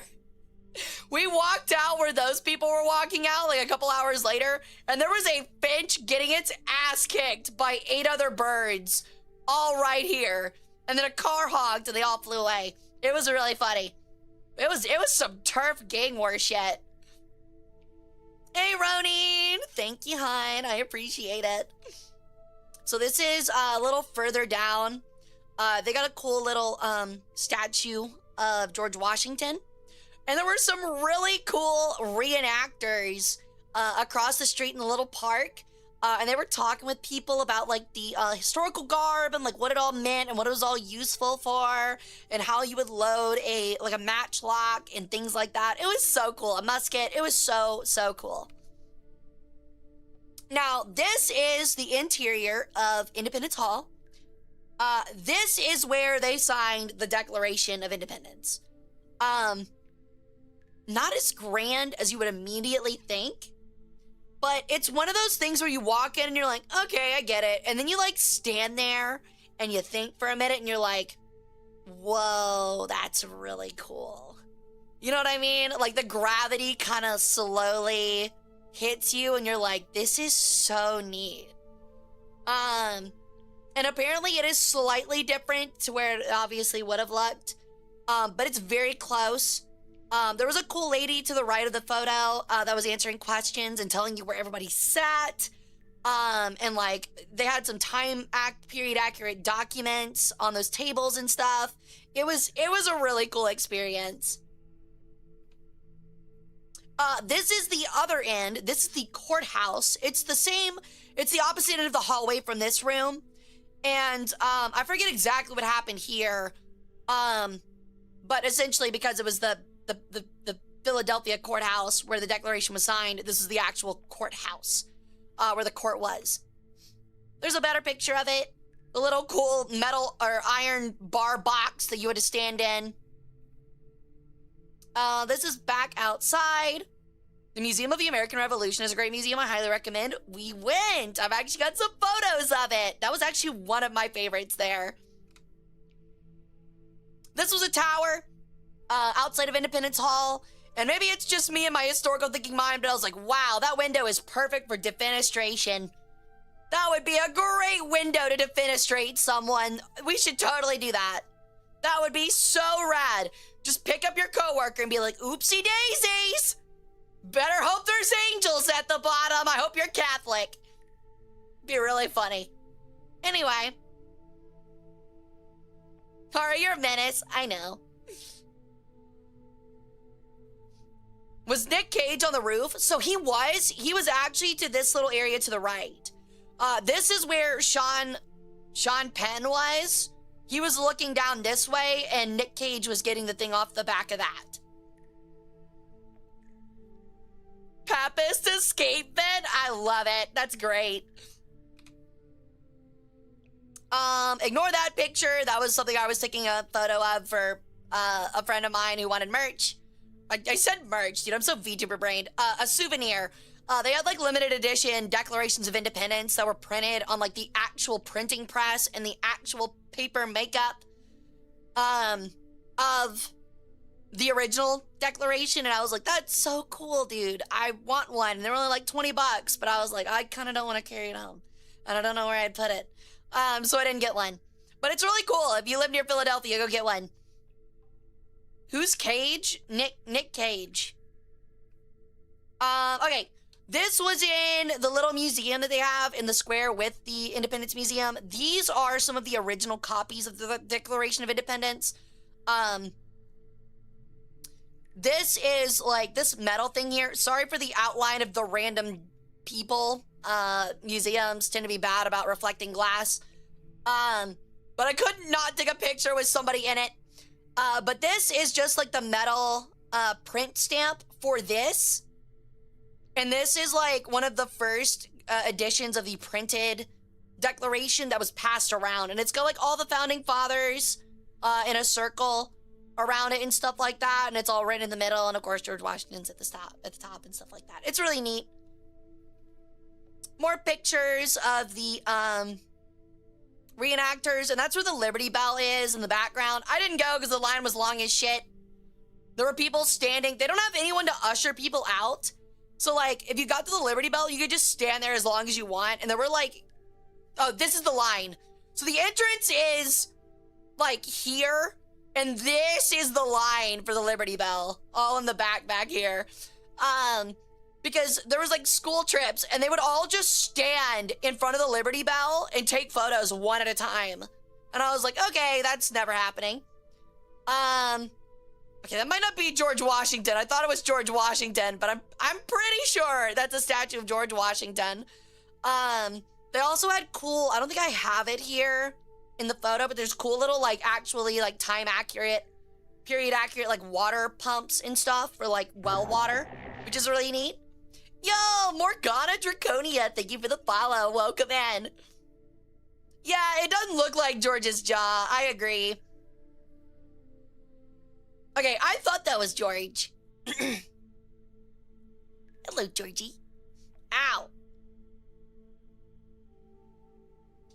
It's a copy of the one in the Capitol? Okay, yeah. That's what I thought. This was my breakfast. This was my very nice breakfast. I had a very fancy croissant and a salted caramel cappuccino. It's really tasty. It's called Madis, or Matis. I don't know how you say that. It's upside down, but it was really tasty. That croissant was like the size of my head. It was one of those places. It was like just down the block from Independence Hall, and you walk in and you look around and you're like, oh, I'm definitely out of my element here. It was like all super trendy looking, like college age people. Like, they were all wearing, like, super trendy and, like, edgy clothes and all on their laptops and stuff like that. I was like, I remember when I was in undergrad. It's so funny. Ooh, Twisted Wonderland. I don't think I've ever seen it. Sounds fun, though. Very tasty croissant, though. I really liked it. All right. The next museum. We went to this one the same day. This is outside the University of Pennsylvania's Museum of Antiquities. Absolutely gorgeous. That was a koi fish pond. And you'll see some more here. It's a little bit wider. I thought I had a video for it. Hold on. Maybe not. Oh well. It's somewhere. But it's really pretty. There's not much more to it. That's pretty much all of it anyway. But it was like lightly raining and there were like birds flying everywhere. It was actually like really tranquil. Oh, you can see the koi fish. He's right there. Little orange blob. They had a bunch of koi fish and stuff. So this is the main entrance. See you, Lux. Thanks for hanging out, I hope to see you back tomorrow. So this was the main entrance. It is a Sphinx for Ramesses II, judging by the cartouches on it. Which was really cool that I was able to read that. As you can tell, it's been sandblasted to the face for a couple of centuries.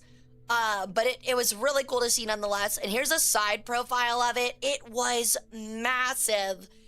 Absolutely massive. Actually, let me see something real quick. Some of the photos are getting cut off by the slideshow. Oh well. But yeah, it was absolutely massive. And really, really cool. It was probably about the size of a car or like a van. Okay, honestly, I'm going to edit. I don't want to exit the slideshow, but I'm going to have to because it's cutting off a lot of the photos. Hold on. I just realized it's like cutting off like so much. Okay, see, there's the side profile for that one.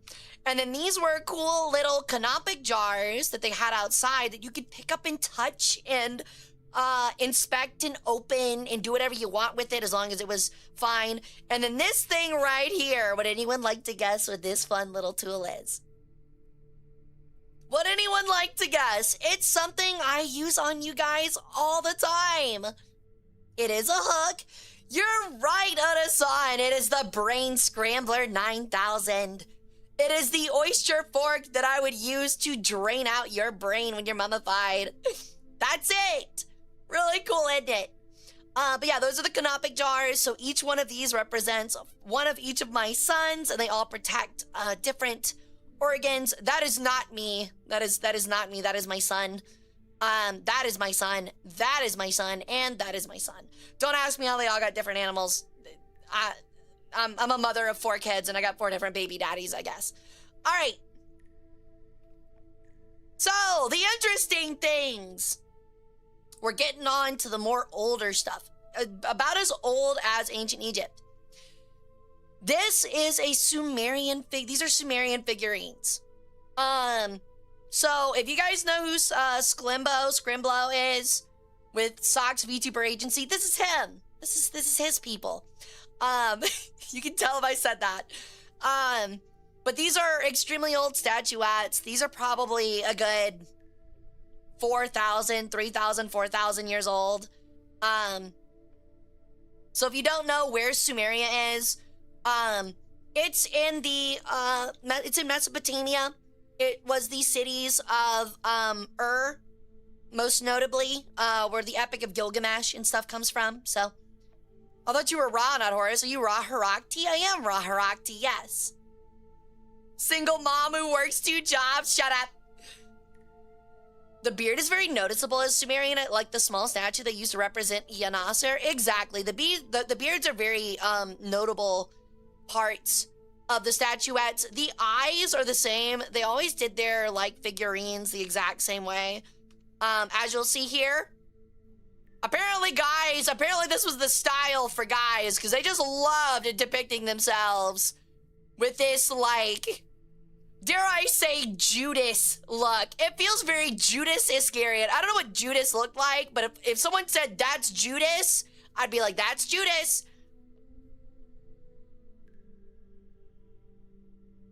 Do they have any circus peanuts there? No, I wish.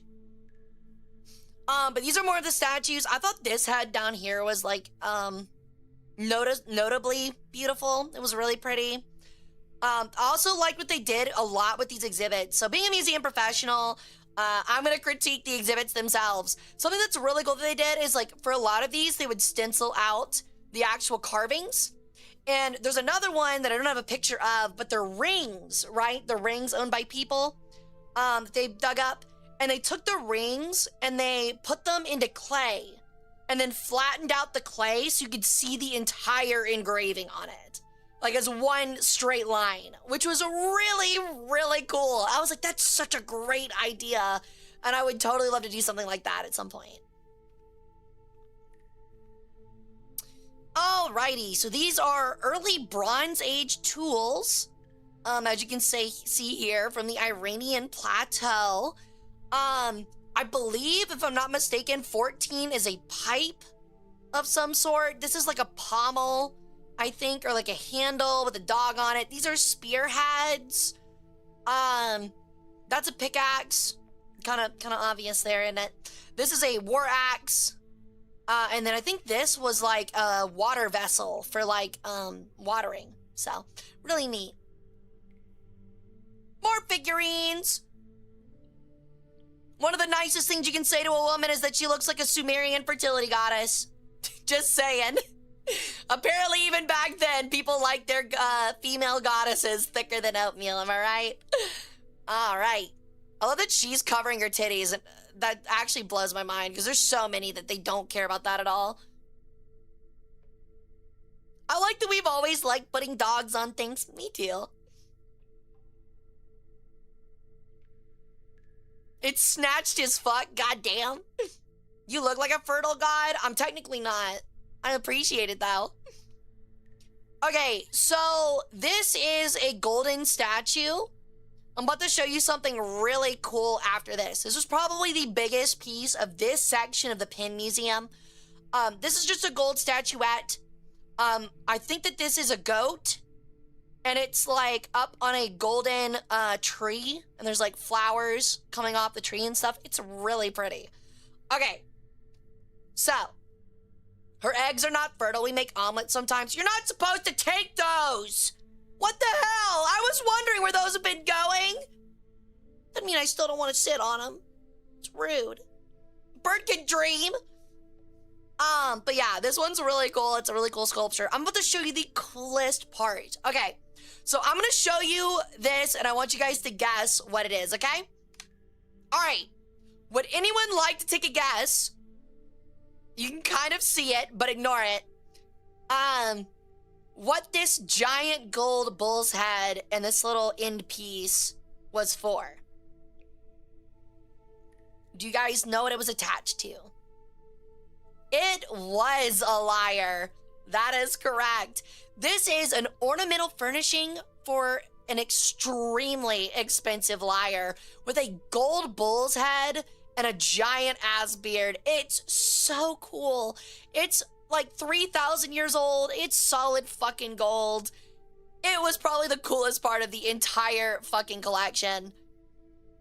It does kind of look like a battering ram. It looks like something that would go on the front of a ship. But I was like, damn, dude. And you can see in the background back here, this is like the outline of how big the lyre would have been. Just a massive fucking lyre. But it's so neat. And as you can see at the bottom, there's like, oh, I can't zoom in.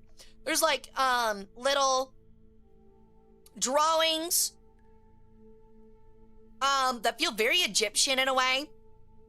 That it's that shared regional culture coming through. You have animals with human faces and like, animals doing human-like things, stuff like that. Really, really neat. This would have been Sumerian still. This would have been in the area of like Iraq, Iran. So think of like extremely early Persian. They wouldn't have been called Persian. They're called Sumerian or Assyrian. Those are two different areas, but in the same region. But no, it wouldn't quite be Persian yet. I think Persian tends to be a little bit further east, and it wasn't quite Babylonian. All right, so the next section that was really, really, really cool. This is the Scythians. This is Scythian stuff.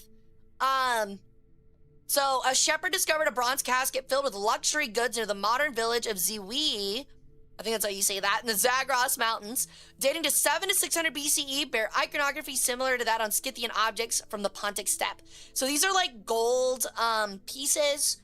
I'm trying to see what they were for. They're furniture ornaments.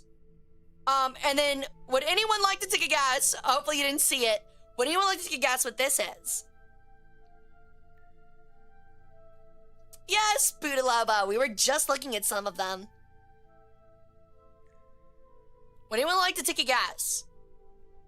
You when you smell pizza? No. I'm not ram-like. A glove? Not a glove. Like, what was it used for, rather, should I say? Cup. Close enough. It does look like a helmet, but actually, it is an extremely large silver drinking horn. Which is absolutely crazy to me. There was some guy partying with that much wine at one time, dude. That guy was absolutely shithoused all the time. But yeah, that's, oh my god, this stuff from this museum was just so cool. But also you can see here, there's like little toys. They have like a little toy over here, which was really neat. Some bracelets and jewelry. Stuff like that. Now, we're getting to the coolest part. So, sadly for me, their ancient Egypt section at the Pin Museum was closed. But what they did have open was your ability to go see their collection that was not on display. And this is all of their Egypt stuff. I got to see all of their Egypt stuff. And it is thorough, it is extensive, and it is awesome. And we're gonna spend so much time looking through it real quick. So, the first few things you can see are canopic jars down here, as well as a small head statuette. This is all stuff that would have been found in tombs. So this is like a tomb covering. They had so many tomb coverings, so many canopic jars, so many busts and head coverings. This is a fake recreation of the Rosetta Stone. Here is a fully still wrapped mummy. Yeah, it was a replica of the Rosetta Stone, yes. But this is a fully still wrapped mummy in its original wooden part of the sarcophagus. That is one of you guys. That's you guys, chat. That could be y'all. With their death mask, and some extra coverings and stuff like that. Time for an unwrapping party like they did in the Victorian era. These are little modern, model boats with little modern servants to move their solar barge. And as you can notice, it looks a little bit like mine, doesn't it? Maybe not as grand, maybe not as big, but definitely pretty. Hi, Title Boy. Do we get to eat the mummy like the Victorians? You do! Sure, we can do that for you. We'll get you some mumia. You can put it in your tea.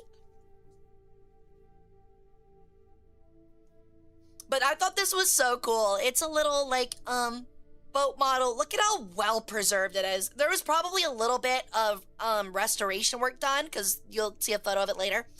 Or I at least saw a photo of it later. But it's so good looking. It looks so cool.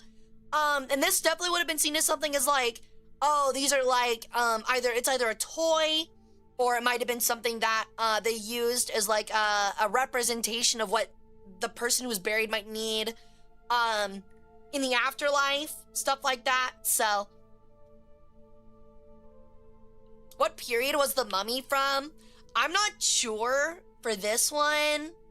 Based off the codes, I can't quite tell. They didn't have plaques out for these, I'm afraid. Because again, this is the back of their collections. This is just their collections being shown. So none of it had dates or anything on it. And I'm afraid I'm not an expert, and I'm not enough of an expert to be able to tell just by the wrappings what era of Egypt this would have been. The wrappings are definitely probably new. These are probably not the original wrappings. I would 99% guess. I could confidently say that, I think. These look way too new and in way too good condition. Alright, so we have more canopic jars. Fun little statuettes, little trinkets that would have gone in there. A glass bowl, which is really fancy. This is above the boat, as you can see. Another little, like, standing statuette. This is just stuff that would have been used to, like, decorate their tombs and stuff like that. Stuff that maybe they had in their home. Now, you can see that this one here, it kind of looks like a Lego guy, which makes me laugh. But he's colored blue. So he definitely had some kind of mystical aspects to him, because blue is the color of magic. It was the color of the water and the tides, and has the Wadjet eye on him and stuff like that. So it's probably some form of talisman, if I had to guess, which is really cool. Okay, so there were some tags. I can't quite read that, but there were some tags on some things, but nothing that you could really utilize. It's probably just their accession codes. This is a full gold mask, which I thought was really fancy. Yeah, see, they did have some stuff. So there's a coffin fragment that's Greco-Roman, so it would have been Ptolemaic, probably like 300 AD or BC to like 200 AD kind of range. And there's some jewelry and stuff that also might have been buried with them directly in their sarcophagus. Another mask. They just have so many. Like, it's one of those things where you go and you're like, I expect to see like one mummy, one death mask. And then you walk in there and it's like 6 death masks, 5 mummies, 50 canopic jars. It's so neat, dude. Damn, even the Egyptians struggled with single-use plastic bags. That's a really good one, Boyd. I like that. We did. Mostly because we hated sea turtles too. It is really neat, though. All right, so this here is a model of the throne room at Merimta. I don't know. Compared to mine, I would say mine's a bit nicer. But it is really cool looking. It is a full scale model. And it was made in the 1930s, so it's a little bit old. It could be a little bit outdated, but nonetheless, it's super interesting. Merimta, yes, it was an ancient Egyptian city. But I stuck my phone in there and got some pictures of the inside so you guys can kind of get a cool idea of what the throne room might have looked like. As you can see, a lot of people don't know, they were very vibrantly colored. And look gorgeous, frankly. And then this would have been the entrance. Really, really pretty mock-up. So pretty. All right, so we're switching up. We are moving on from Egypt. That's pretty much it for the Egyptian section. But this is the Greco-Roman section. And this is an extremely old Roman casket. And that's actually where a lot of us today get the modern conception of burying our dead in caskets. But this is one of, I think this was around like 100 AD, if I'm not mistaken, along with a cool little sculpture fresco that was above it when they found it. Yeah, Roman ew, but they did make some good looking stuff, let's be honest.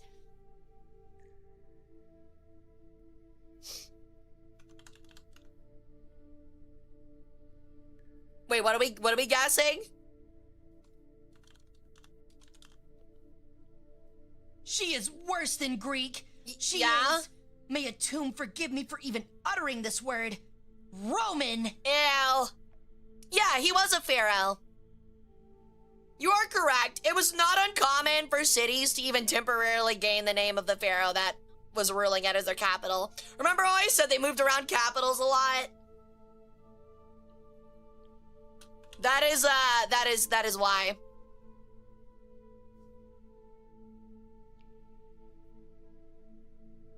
But yeah, really neat. Stop, no biggest dickest jokes in chat, man. Okay, this is a really funny face I found that I thought you guys would like. I don't know, prescribe your own caption. Prescribe your own caption here. But he looked very horrified. And water was definitely coming out of his mouth. I don't know who it was supposed to be. I think that they just put water deity.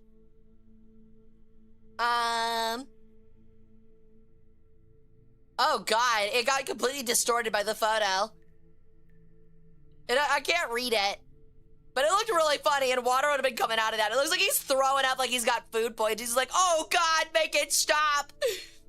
Me when the bird says sand in urethra, you know it. You know it. This was an old Roman helmet, which is pretty cool.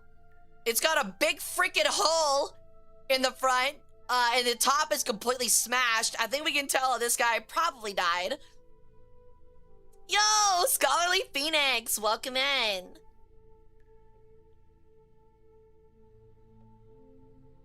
To add your wisdom to his library, so please feel free to share whatever wisdom you want to share. Ooh. That's interesting. What is a piece of fun history that I would like to add? Just a little headache, you can walk it off. You probably just got lobotomied, it's normal. I don't know. I always used to have like a history fact in the pocket, but I don't have one right now. I have a fun one, but it's not very ancient. Worse than Greek. Yeah? She is. May a tomb forgive me for even uttering this word. Roman. Ew. I guess the one I'll share is that the burning of the Library of Alexandria actually wasn't a big loss. That might be surprising. But besides the actual building itself, it was not a loss of scholarly findings at all, actually. And instead, what was it called? I think it was called like the Library of Knowledge or something like that in Iraq. It burning down actually made us lose much more information than the Library of Alexandria ever did. I'm good, Buckshot. What's up, dude? There were more pyramids in ancient Nubia than in Egypt. That's true. The Baghdad House of Wisdom. Thank you. Yeah, that's it. That's it. Yeah, the Baghdad House of Wisdom. It being destroyed was actually a much bigger loss for the time period. Thank you for the follow, Scholarly Phoenix. Welcome to the cult. How you doing? All right, so we have some more Greek helmets that I thought looked pretty cool, as well as a cool little Greek vase that I thought was pretty neat. You can see some more stuff around it. I think that's a dagger. There's a cool little figurine, too, that still has its original paint.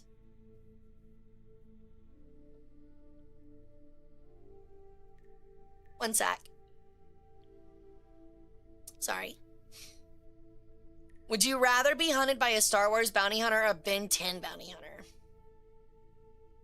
Can I pick the bounty hunter? I didn't really watch Ben 10, but can I pick the bounty hunter? I don't know, the Star Wars ones are pretty scary, but as long as I don't get Bosk, I think it, or as long as I don't get Bosk or Cad Bane, I think I can be okay. I also don't know a lot about Star Wars either. Besides that one and the Assassin Droid, those two and the Assassin Droid, those are like the only three I remember.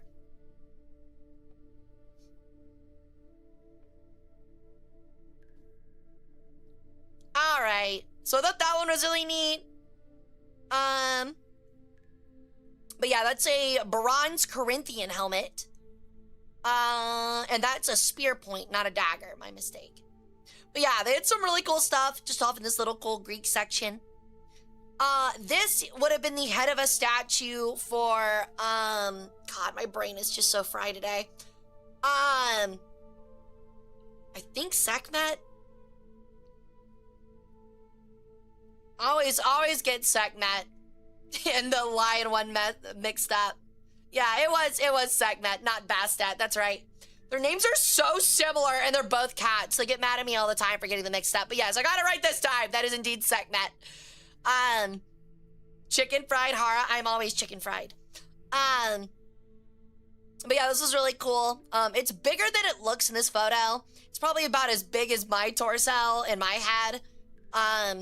So the little disc up there, it was probably really heavy. I'm really happy I don't have to pick something like that up. Okay, another section. They had an ancient East section as well. So like China and like India. And we didn't get to spend a lot of time in it. But they had a lot of cool stuff regardless. And I got some photos, like an old Buddha statue and some Buddha stuff. A really sick looking crystal sphere for anyone to ponder if they might be of the magical variety and are really good at stealing things. Honestly, it looks like a prime pondering orb. In my opinion. I would ponder so many spells. Yo, welcome in, Excalibursaurus Rex. It took me a minute, but I got there. Welcome in, how you doing? Okay, we're back finally to that Capitol building. These are some photos of the front and outside. Here is the initial walkway in. Hey, no touching the crown, rude. Yo, thank you for the gifted sub gear. Thank you, thank you. But yeah, this is like the big, building in the center of the downtown. Hey, Infinity Engine, welcome in. What's up? And these are all of, different, so there are different statues on each of these. And they kind of all represent the 4 majority races in the United States at the time as it was built. So this was built right after the Civil War, right? So this one was a pillar of Native Americans. This one was a pillar of Asian Americans. This is a pillar of white Americans. And then the one in the back right was of African Americans. And the other pillars are children representing the races as well. And the idea of it symbolically was that, you know, the state can only be held up or is held up by everyone working together, which I thought was a super cool metaphor put into architecture, especially when you're considering that this was after the Civil War. Just after it was when the building started. And that was really, really neat. Let me see if I took a photo of it. I did not.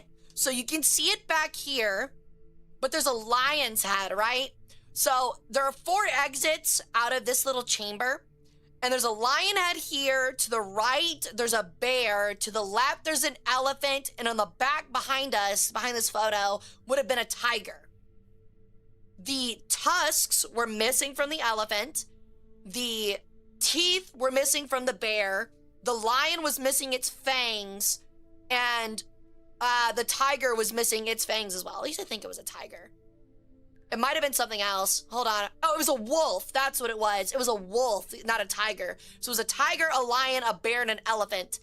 And the elephant represents East Asia. The bear represents North America, as in like Native Americans. The wolf represented Europeans. It was like a German wolf. And then the did I already say the elephant? The elephant represented like East Asia. And the idea with all of them missing their weapons was the idea that each are also strong, but are here to be peaceful. Like they've lost they purposely removed their ability to harm one another. Which was such another really cool concept. And it wasn't on accident either. Like, they actually made it look like, whoever the architect was, made it look like the teeth and like the tiger and the bear, the big fangs and the lion. Not the tiger, the wolf, the lion, and the elephant and the bear had all been like chipped away or broken. You know, kind of creating this really cool symbolism that I thought was really neat. I sat in this room and admired it for a long time. But here is the plaque. So that is the original cornerstone of the public building of the city of Philadelphia. And as we can read here, it was built by Alfred R. Potter, Esquire. The orator for the event was Benjamin Harris Brewster. And it was commissioned for the erection of public buildings by John MacArthur Jr. was another architect on it. And it was built August 5th, 1870. 1870, man, which is absolutely insane. It also notes that the president at the time, which was Ulysses S. Grant, came and visited the grand ceremony of this city being completed and commemorated, which is so neat, dude. I feel like an elephant would probably win that fight. The idea was that they weren't gonna fight. But yeah, very, very old building. So this is walking into the courtyard. This is like the look, walking from this room out into the main open courtyard. See you, Rad. Thanks for hanging out, dude. Hope to see you back tomorrow. And here's a fun little video of what the inside of the courtyard looked like. This is just kind of what it looked like, which I thought was really neat. Hold on.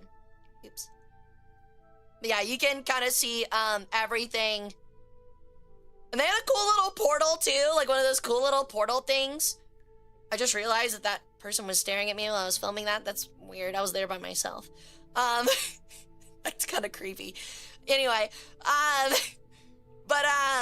yeah, there was a cool circle there, and it was the Dublin. So you could go wave at people in Dublin and stuff like that too, which is really neat. And the other thing is that this big box right here, that is the entrance to the subway station. So the subway comes up right into the center of the city capitol building. See you, Jordan. Then on the way out, there was this very menacing head bust of Benjamin Franklin looking down at me for all of my sins as I exited. He looks very judgy and very unhappy. He kind of looks like Palpatine.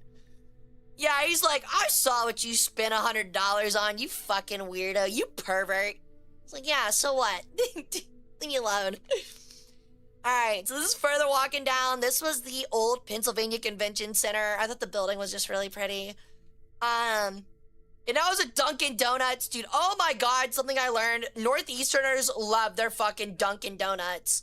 He does look like a Haunted Mansion statue. I said the same thing. I said the exact same thing, man.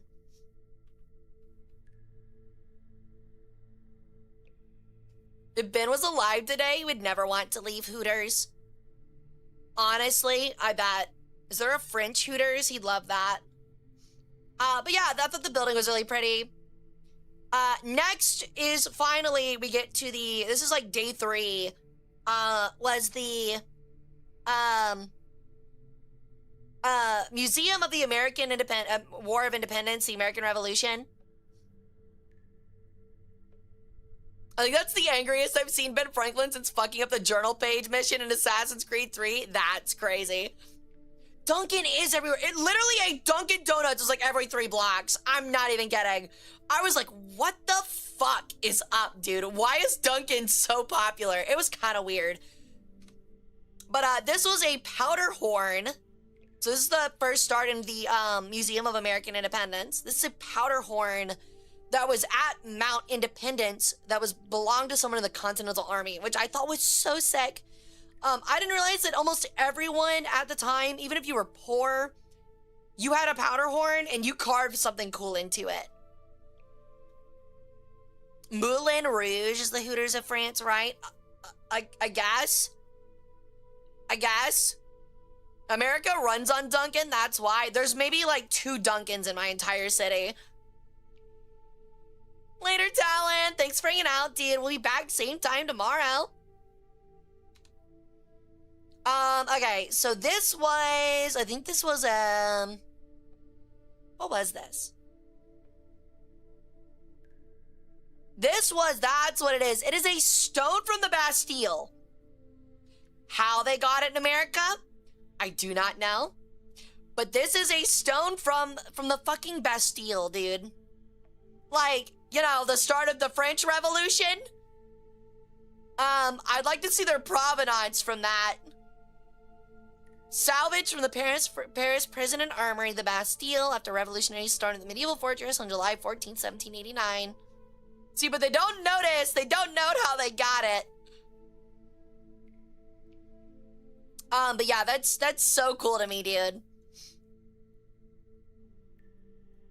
They also have a French National Guard sword, which you can't see all the way, but there's also a French National Guard cap, a little passport for Thomas Jefferson's family, and Lafayette's draft of the Declaration of Rights of Man and the Citizen. So I thought that was really, really neat. This is a Mexican, which again, I thought it was interesting they had it, but I guess it was because of the Mexican Revolution. But this is a Mexican ceremonial outfit, ceremonial military outfit. This is just like the coat for the drummer and his drum, which I thought was very interesting. I had never seen anything like that, but this would have been just around the time of the beginning of Mexican independence. So you're really, really neat. Oh, thanks. I try. That's kind of the whole point. I like history and museums, and I like being a nerd, and I like sharing it with you guys. So I'm glad you guys like it too. Next is John Brown's original copy of the Declaration of Liberty. I think everyone in chat knows who John Brown was. Weren't drummer boys typically kids? No, not typically. It was sometimes, but no, not typically. That's kind of like, I think that's a wrong stereotype because you have to, there's a reminder. You have to have a reminder. They were on the front line. The drummers were, like, in formation. So if you just put kids there, you're gonna get a lot of shot kids. And it's kind of been a thing throughout human history of, like, killing kids is kind of bad. So, that one, I don't think that was as common as most people think. But yeah, this is John Brown's Declaration of Liberty. If you don't know who John Brown was, he was probably one of the earliest anti-slavery. Yo! Welcome in, Raiders! Welcome in, everyone! My name's Hara Rae Sol. I'm an Egyptian peregrine sun goddess. I do War Thunder variety, history, and strategy streams. Welcome in! Thank you for the raid, Barrel. How was your stream? What were you doing? Welcome in, welcome in. I just got back from a museum conference in Philadelphia and we're looking at all the pictures I took. But how was your stream? What were you doing? Welcome in, Raiders. You finished Metal Gear Solid 5? Let's go, dude. Let's go. What's up, Anonymous? How's it going? 3 months? Oh my god, that's crazy. Well, I'm happy for you.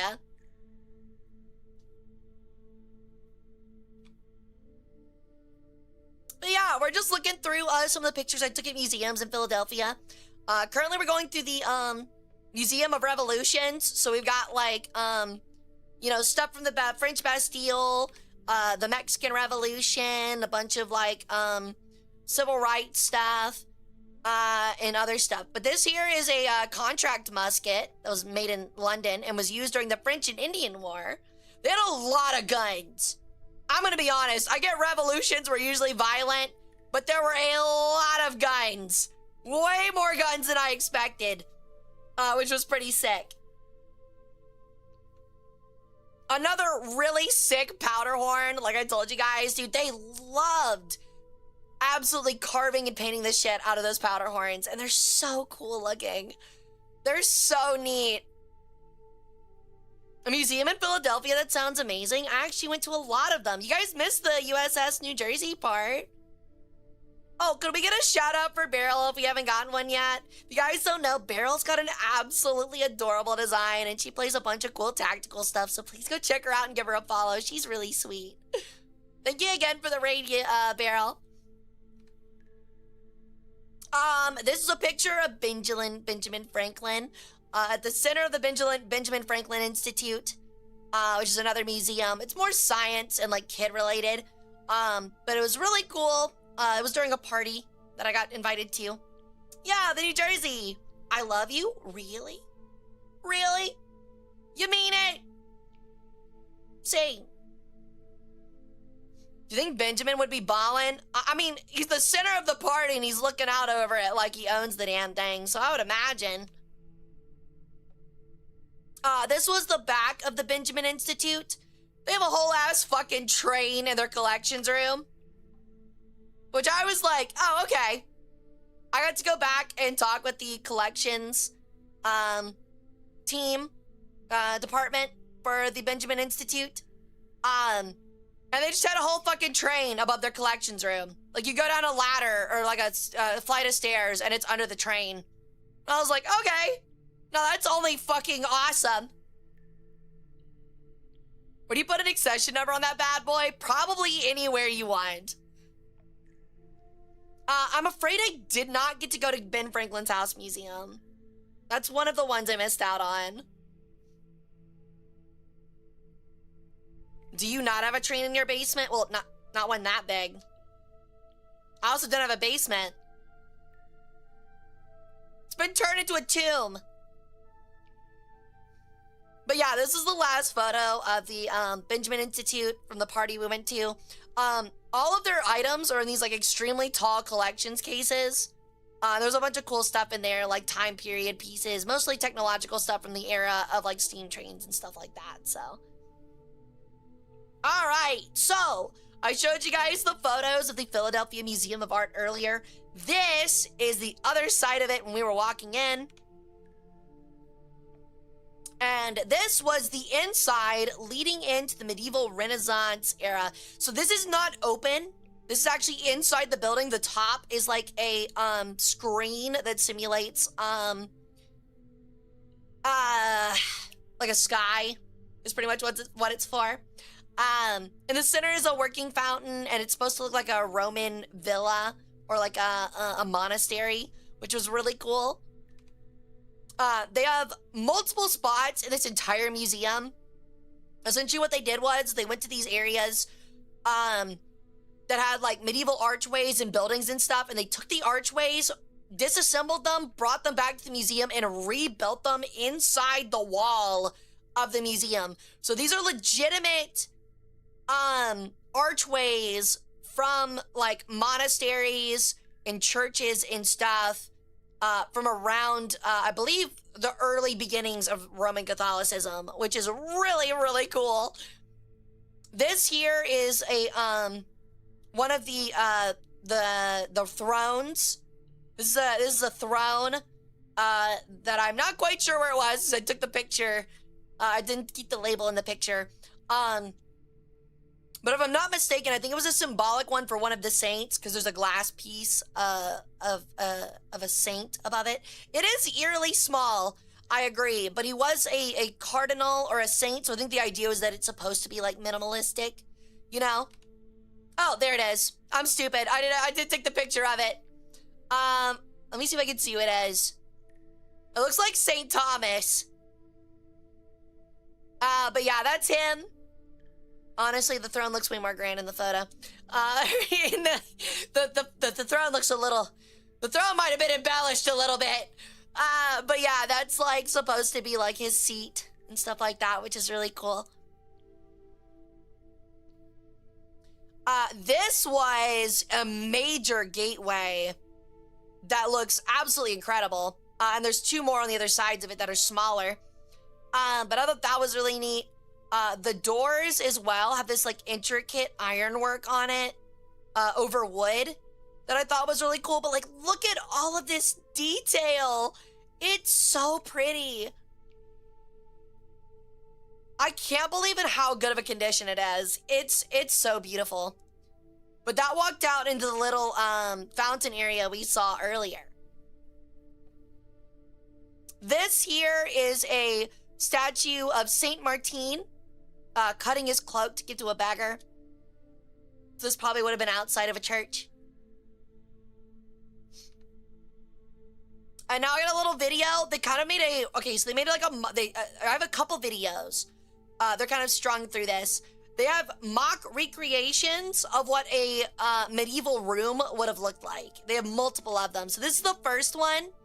And this kind of like is a recreation of what a bedroom would have looked like. Which looks just really neat. They have like period accurate furniture and stuff like that. As well as a bunch of like small artifacts to like actually dress the room. Looks really, really cool. But yeah, there'll be another one here in a minute. These are like censers and like incense stuff and things that would have gone on for the Catholic ceremonies that happen in some churches and stuff. Really pretty, really gold, really intricate. Really, really good looking. This is the second room, which was another bedroom, and they had the roofing done for this one as well. Sorry for like my sweeping camera work. I wanted to make sure I got everything. But yeah, it's so neat. It is so neat. And then those little boxes there, that for example, you can see the locks busted out. That was actually a jewelry box. Those were all like little like mock jewelry boxes that were made to look like sarcophagi, and not sarcophagi, caskets. And held like figurines as well and stuff like that. They're really, really cool. Here's another photo of like the little bedroom area. This is not, I thought at first walking in, I thought that this was a casket. This is a wedding chest. So someone got married and this wedding chest was gifted to them. This massive ass fucking chest. I was like, what do you put in there, man? Like, you put a fucking cannon in that thing, it's massive, and it's extremely intricately carved, as you can tell by, like, here and stuff. It was huge. What kind of loot do you think is in there? At least a purple. At least a purple, man. Okay, so this was the coolest part. So they had a section that was weaponry at the Philadelphia Museum of Art. And this is a wheel lock rifle that I thought was so fucking cool that I had to take photos of it.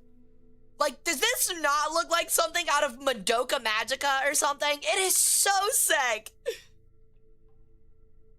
But I saw it and I was like, I want one of those so fucking bad. It's got a cheek pad and stuff. Oh, it's so sick. It's so sick. This is another one. They're all royal, so like they're custom made. I forget which kings they were for, but they each had one. And they're just so pretty. They're so pretty. Hey, Oswan, how you doing? But they're wheel locks, which I thought was so sick. I was like, I didn't know they make wheel locks that look that cool. But this looks like something out of Final Fantasy, and I would love to get art at some point with me with that this exact rifle. It looks so sick. I can't imagine absolutely blowing away somebody with one of these. Like, that is a piece of art. It's crazy. It looks like it's made out of porcelain. So pretty. And then this looks like it's got wood that's like the interior of like a 70s Jaguar. Just looks so cool. All right, so here was a section for horse armor, which I thought was cool. Very, very seldom do I get to see actual like time accurate, period accurate horse armor. And then kind of like a little model down at the bottom that shows like what it kind of would have looked like. But there's like stirrups and reins and like shoulder and flank armor and of course stuff for the head. And they had ones from different areas as well.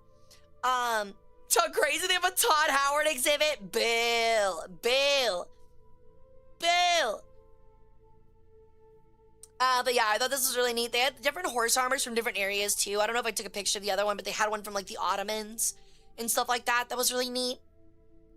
Okay, I did not. That is the end, I think, for the Philadelphia Museum. So, next is a little indulgent, so I'm sorry to brag. But this is photos from a restaurant in Philadelphia called Mushulu that I had the honor of going to and eating at. And it is inside of a 19th century wooden ship. And so this is the view from our window that we ate at our big table. That kind of looks over, like looks into the Delaware.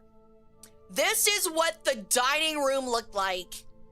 Like, you walk in here and you're like, oh yeah, I'm getting some fancy fucking food, man. It was really pretty. And I did get some fancy food. I got some really fancy food. So I got I'm a bougie bitch. So I got the prime ribeye and spinach. It was really tasty. I quite literally almost moaned when I ate it. It was an incredible steak and would highly, highly, highly recommend. They had some great cocktails too. They had like a passion fruit margarita that was incredible. And just next door to the Mushulu is the USS Olympia, a World War I cruiser, as well as a World War II American submarine. Literally right next door. And look at that thing, dude. It's so cool. It's so fucking neat. Yo! Welcome in, Raiders! Welcome in, everyone. My name's Hara Rae Sol. I'm an Egyptian Peregrine Sun Goddess. I do worth and variety, strategy, and history streams. Thank you for the raid, Grimlock! How was your stream? How are we all doing?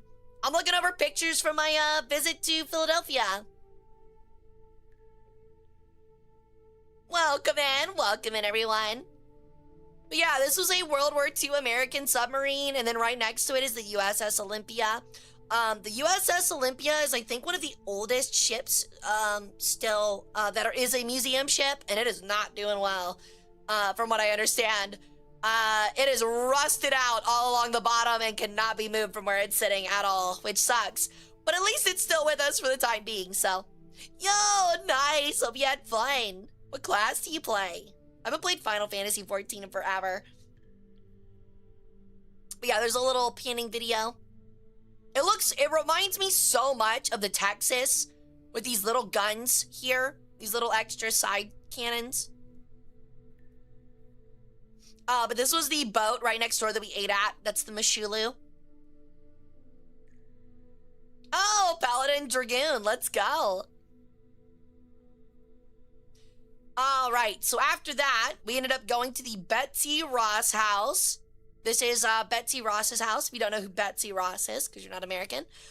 She made the first colonial flag, as you can see right here, and on these little mini flags. It's this little roundel thing, so it was pretty neat. Short little tour, you get to see her house and stuff. Thank you for the follow, Heather's Crypt. Welcome into the cult. You gotta go to the USS Cod. Ooh, that does sound pretty neat. I'll have to check it out. Where's it at? So here's some pictures of inside of Betsy Ross's house. And there's her grave.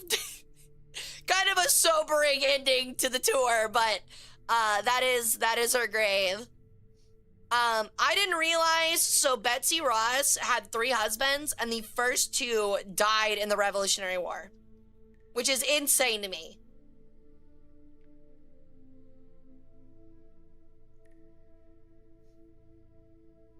Yeah, it's literally like, here's your house, here's a room, and there's a grave. It's pretty funny. There was more to it, but I didn't take more pictures. There were a lot of people in there. It was really cramped. All right. Next, we went to the oldest continuous neighborhood in the United States. If you don't know, it's right down the street from Independence Hall. And it's called Elfreth's Alley. And all of them are colonial era houses that are still lived in today, on a colonial road and everything. And it is gorgeous. It is so fucking pretty. This is the front of one of the houses. They even got like the old little cellars and stuff. This is what one of the bedrooms would have looked like. One of the houses have been turned into a museum. Oh, they're not rented. They're owned. They're owned. But this is what one of the houses would have looked like. You can kind of see the little kitchen area. I did break into someone's house.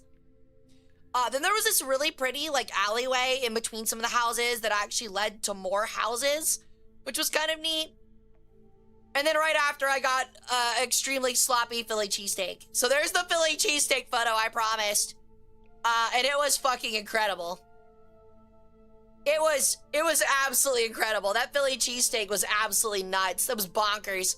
I've only ever had one Philly cheesesteak from Philadelphia, but I could quite easily say it's probably the best cheesesteak I'll ever had in my life. So if you go to Philadelphia, eat at Del Rossi's. Absolutely incredible pizza and incredible cheesesteak. Probably the best pizza I've ever put in my fucking mouth. And I've been to New York.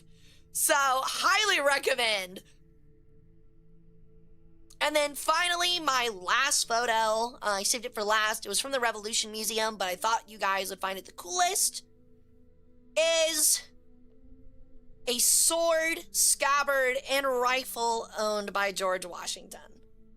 Which I thought was fucking sick. It's a cutlass and scabbard as well as a rifle owned by George Washington. And I thought that was so fucking cool. Didn't John Brown steal that? I actually don't know about that. But yeah. He purchased the sword from a Philadelphia craftsman in 1770. It's so neat, man. He didn't have a ring guard. He had a chainlet. And a lion pommel. It's pretty sick. But yeah, that is the, I believe that's the last photo for my tour. Let me double check. I think I skipped some at the very beginning because they weren't in order. Let me double check. I might have a couple more for you guys. Still going backwards. Still going backwards. Okay, yeah, I do have a couple more photos. Okay, so back to the Philadelphia Museum of Art. I'm sorry, these got knocked out of order. This is the inside of the Philadelphia Museum of Art. It is actually insane. This is half of the room. Half of the main entrance. The other half is behind the staircase. Which is insane, absolutely massive. These are all like actual tapestries from medieval Europe, which are insane looking. They're massive. This was some of the full suit of armor for the horse and everything that they had on display. which I thought was really cool. He's got like a little dragon or gator or something on the front of his helmet. And then this is what they believe an early church interior would have looked like, including an original painted glass window and the stones and stuff that came with it, as well as a little altar and stuff. And this would have been in an early, stained glass window, my bad.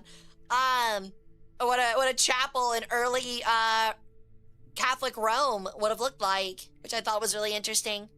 And then finally, there's a better picture of that really big, really cool arch I showed y'all earlier. So, oh, and finally, these are some of the statuettes in the East Asia section that they had in the Museum of Art. And that should be it. I hope you guys liked it. There's so many cool photos in there. I had such a great time. I'm so fortunate to have been able to have gone. I took a couple more photos, but I was in them, so I can't show you guys those. Also, there were some that had my coworkers in them, so I can't show you those either. But I did have a really good time. I'm sorry that you guys will miss out on some stuff that I took photos of, but there was so much more I saw. This is not even like a quarter or even maybe like a fifth of what I saw in those museums. So if you have the chance to go to Philadelphia and just explore all the museums, it's gonna cost you more than it did for me, but I would highly recommend it. It was so neat. There was so much unique stuff that I've never seen before and just loved witnessing firsthand. What was your favorite part? It's a good question. It had to have either been exploring the inside of the USS New Jersey, or going through the University of Penn's like ancient section in their museum. It was really cool talking with the Department of Education there at the New Jersey, because apparently, so the museum has 1,600 rooms in the ship. And they've only explored maybe, I think she said like a third of them. Only a third. So a part of their job every day is getting to discover a new room, which I thought was so fucking cool. I was like, I'm so jealous of that. No, there's not any bones. So the USS New Jersey actually only had one combat death in its entire service. It got hit by, I think, a 6-inch shell, I think during Vietnam, and the shrapnel killed a man on the deck. That is the only time they've ever had a combat death on the New Jersey. But what's really cool was that, so I didn't know that this was, she went through and explained how battleships worked. I didn't know this. Battleships were built in such a way that they would be balanced straight on the waterline only when they were packed full. So what that means is, with all of the military equipment and stuff moved off of the ship, it actually sits higher on the water than it's supposed to, and its front is higher up than it's supposed to be as well. What's interesting is that they were, the reason that I was at the museum and I was talking to them was because they did a cool thing, I think they said about 5 or 10 years ago, where they actually needed to dry dock it to repaint and weld up the bottom of the ship. And so to do that, to make it saleable, they had to put weight into the front of the ship so that it could sail and not, drag along the bottom of the shallow Delaware River. So what their plan was to pump the old fuel tanks full of water to kind of weigh it back down. And the funny story she told is that these are 150-gallon tanks. These are the small ones, but they started out with one of the small ones. The first bad thing, that's right, it was North Korean. Yeah, that's what it was. It was Korea, not Vietnam, but yes. Near the number 1 turret. But what was interesting was that while they were doing this, not only did they run a giant, muddy, disgusting hose through their collections room, which made me horrified, but they also pumped that fuel tank full of water, right? To kind of test it, and weigh it down so they could, ferry it later. And the problem is that they came back the next day, looked in the fuel tank, and all 150 gallons of water were gone, and they didn't know where it went. Like, there was no break. There was no leak. It just disappeared. Yo, welcome in, Lil Sad. I found you on Instagram. You seem interesting. I appreciate it. Thank you for coming and hanging out. We're actually talking about my trip to Philadelphia last week. I'm talking about the USS New Jersey. But thank you. I appreciate it. So what they did was they hired one of the contractors that they hired to climb into the fuel tank, and he found out that there was a little drain at the bottom that they had to plug up with a giant cork. And then it worked. But they never found the water. Because the boat's so large and those were fuel lines that go all throughout the ship, they never actually found out where the water went. They found some of it, but she straight up said, she was like, there's a very good chance there's still about 80 to 90 gallons of water in my museum somewhere, and I don't know where it is. And at some point, it could make itself known. And I was like, oh, God, dude, I can't imagine that. Just like water randomly coming through the walls one day. Just 80 gallons of water. Oh, my Lord. Yeah, it's terrifying. That was so fucking funny.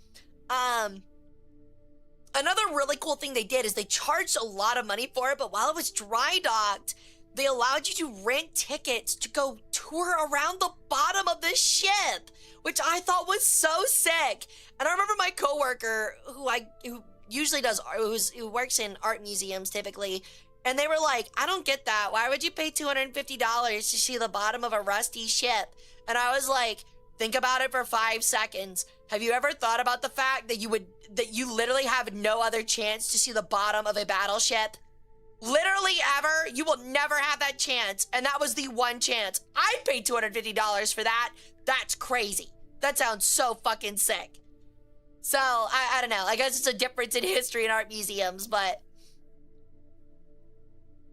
somebody leans on the wrong wall at the wrong time, yeah. I'd pay $250 to get bottomed by a ship? That's crazy. Why would you say that in my chat? That's crazy. Why would you ever think of saying something like that to me? You can join the Navy and get that for free? I'm scared of diving, but thank you, Ant. Welcome in. How's it going? I would be very afraid of diving. I'm meant to be on a boat on the water, not under it. Do you have a fear of water? Not really, but I don't know. I don't like doing anything that requires limited oxygen.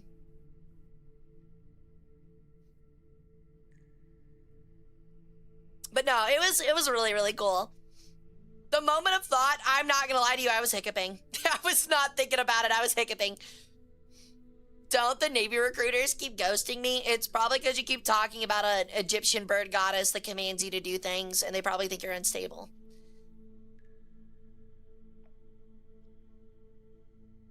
How about skydiving? I would do skydiving once. One time. That is one of those things where I'm like, I will do it once. I would be willing to do it once.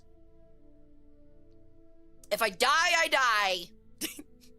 If my chute gets tangled and I die. But I'm doing it once, and I'm not tempting fate further than that. One of my friends is eaten by a shark while diving. Holy shit. I am so sorry. That's horrifying. Ah, it's crazy. Do it somewhere with a nice view. I only went once, but I did it in Hawaii. See, Hawaii seems like that would be the peak place to do it.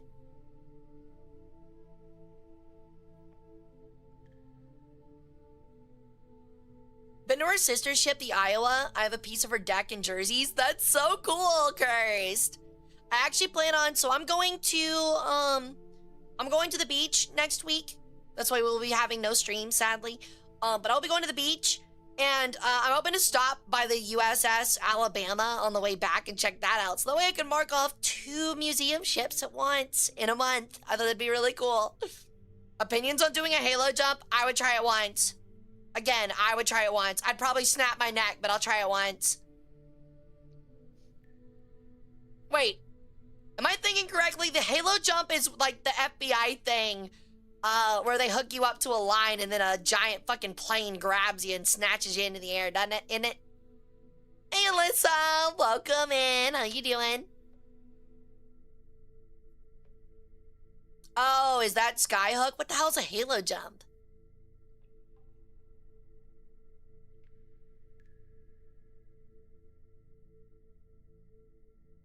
I'm confused now. What the hell's a halo jump? I gotcha. Well, thank you for stopping by, hun. It means a lot. High altitude, low opening. So like an extremely long skydive. I'm good. Nah, I'm good. I'm gonna be honest, I get bored. What, do you fall for like 20 minutes? I would get so bored, dude. I'm gonna be honest. I'd be screaming my ass off for the first 5 minutes, and then after that, I'd be looking at my watch. It's like one of those things just like, hey, yeah, I get it. It's getting bigger, so what? Okay, let's speed it up. I get it now. The ground's getting bigger. Yeah, whatever. Let's hurry it up. Like, I understand what we're doing here. I understand. I get it.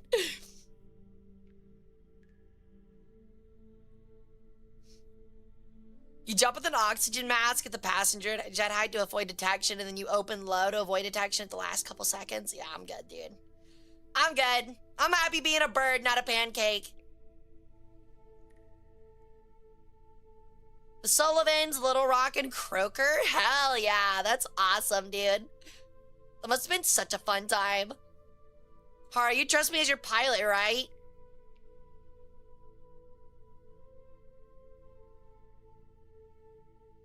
Sure. You're a bird? I am a bird! Check it out. Whoa. Whoa. Oh, whoa. I got tail feathers, baby!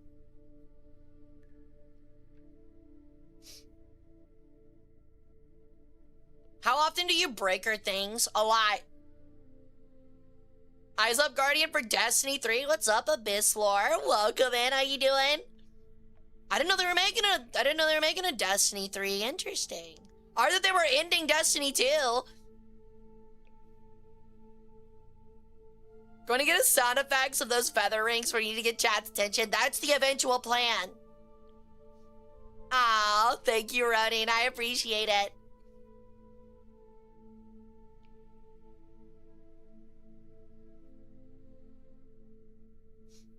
She does absolutely nothing but sit there and also partially cause the American entry to Vietnam, but just ignore that. Wow, it turns out me and the Turner Joy have a lot in common. I did both of those things too. Pretty bird, ew. You what now? Don't worry about it. Don't worry about it.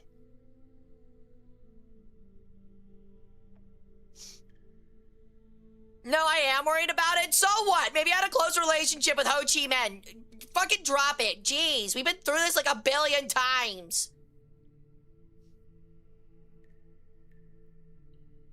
Yeah, so what? I was the godfather to Ho Chi Minh's children. So fucking what? Or my bad, godmother, whatever. Same thing. I acted like a godfather. I had the slick back hair and the cigarette and everything. She got done named. Is that like the new version? Is that like the Vietnam version of Shanghai? Ho Chi Minh, they were a bunch of kids in a trench coat? How'd you know? Ooh, neat cursed.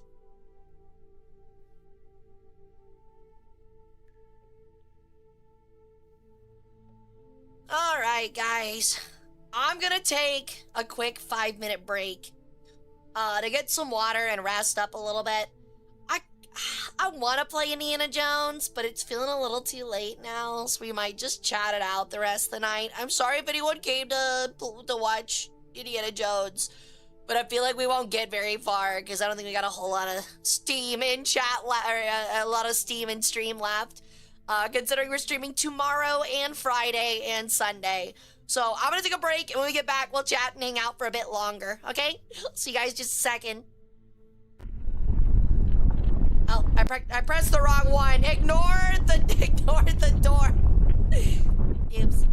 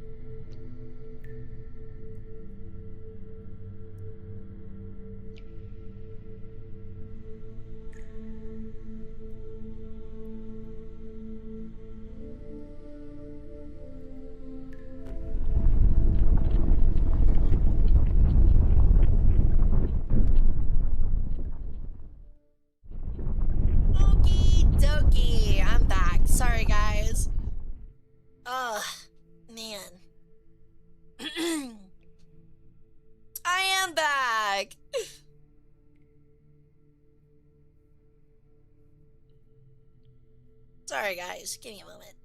Ugh. I might be a little tired. But how'd you guys like my Philadelphia stuff? Was it neat? Did you guys like it? Yeah. I'm trying to think. There was something I had like locked in the chamber, and I was like, I'm definitely talking about this, and then I completely forgot about it. I guess we'll go ahead and take a look at later this week. So tomorrow we'll be doing our little stamp rally collab. We're gonna be doing it with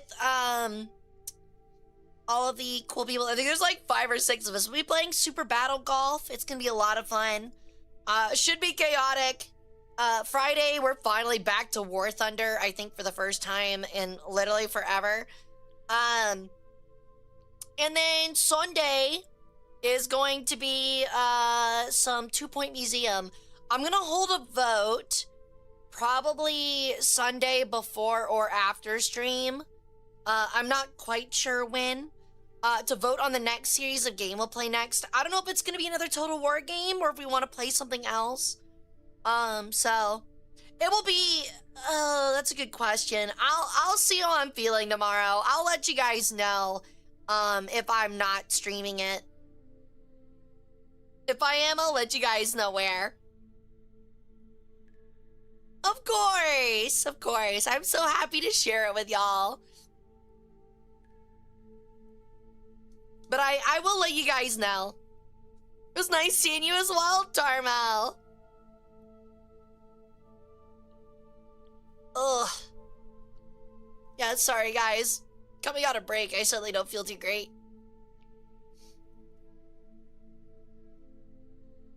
I will hold out a little bit longer for you guys though. We got a lot of busy stuff this week, but I want to make sure I get in some extra time with you guys because I didn't get any last week and we won't get any next week, so I'm trying to make it up.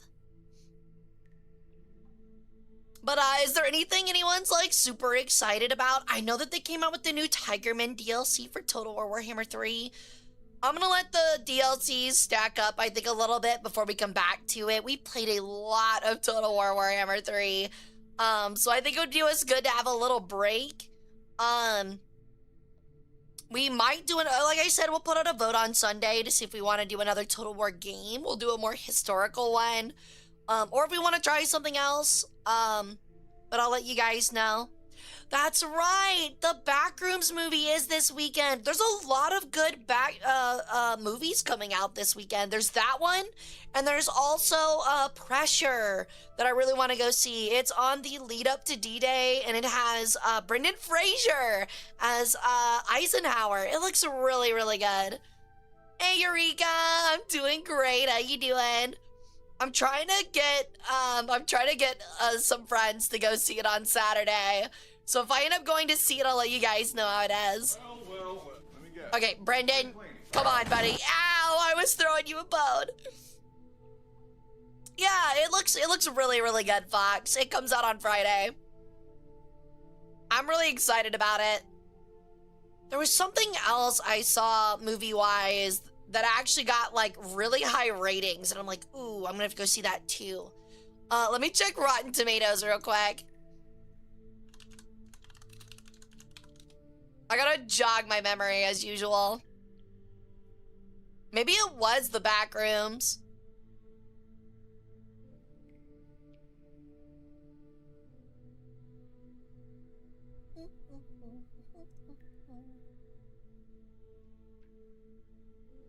I completely forgot that the Digital Circus movie is coming out. I'll have to watch that at some point. I don't see it. Oh well. Nah, I don't think it was Project Hail Mary. Been getting bodied by executive dysfunction for about a week. Damn, I'm sorry, dude. I totally know that feeling. Well, I hope things get better. Let me know if I can cheer you up somehow. Yeah, I heard it got leaked. I'm not looking at it.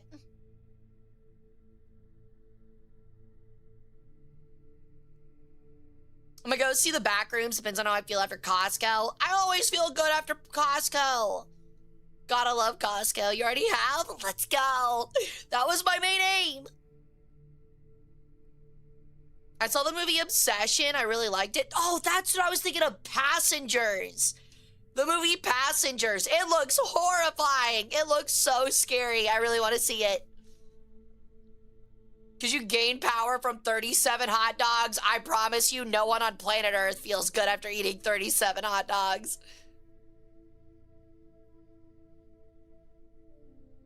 But yeah, Passengers look so scary. I really want to see it.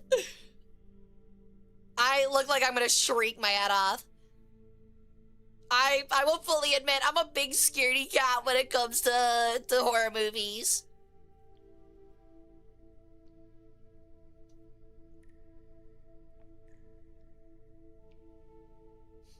Oh, also, I've been rewatching G Gundam at work.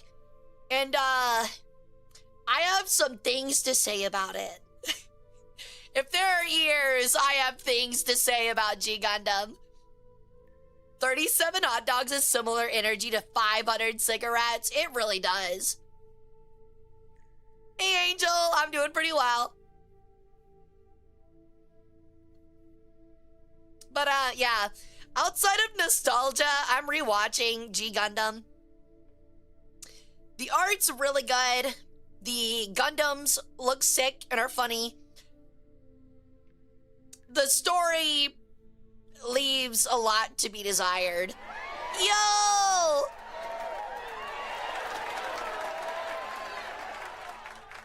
Welcome in, writers! Welcome in, everyone! My name's Hara Rae Sol. I'm an Egyptian Peregrine Sun Goddess, and I do War Thunder variety strategy games and history streams. Thank you so much for the raid, Kai. That is so sweet of you, man. How is your stream? What are you up to? Welcome in, everyone. We were just looking at my photos from my work trip to Philadelphia last week. And we're just yapping it up. I really appreciate it, dude. Oh, you're playing Subnautica 2? I've heard it's a really creepy game. I never played the first one, but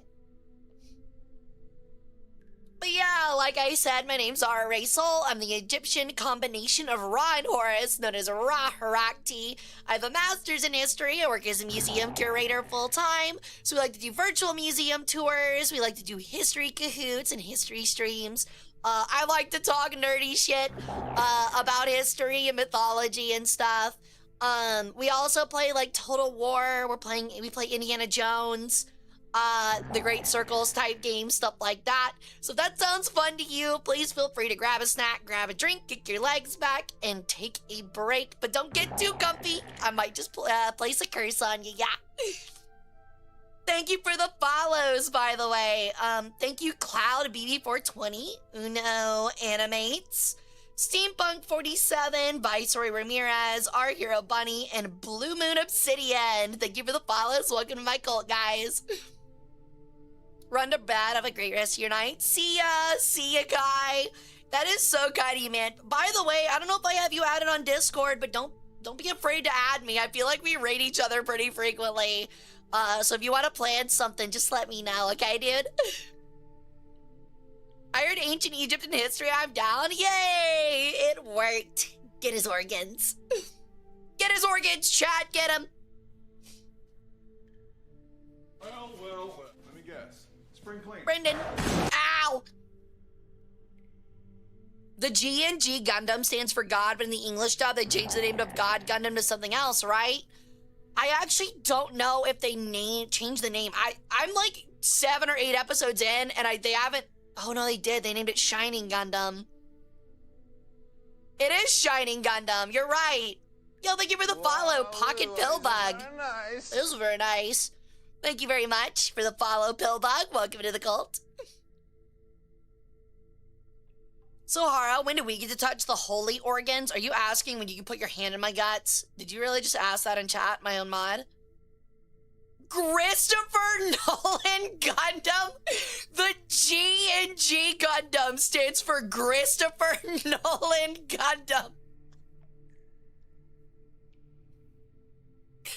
Alright, dude. I don't even know how to respond to that. That's just so peak, it's not even funny.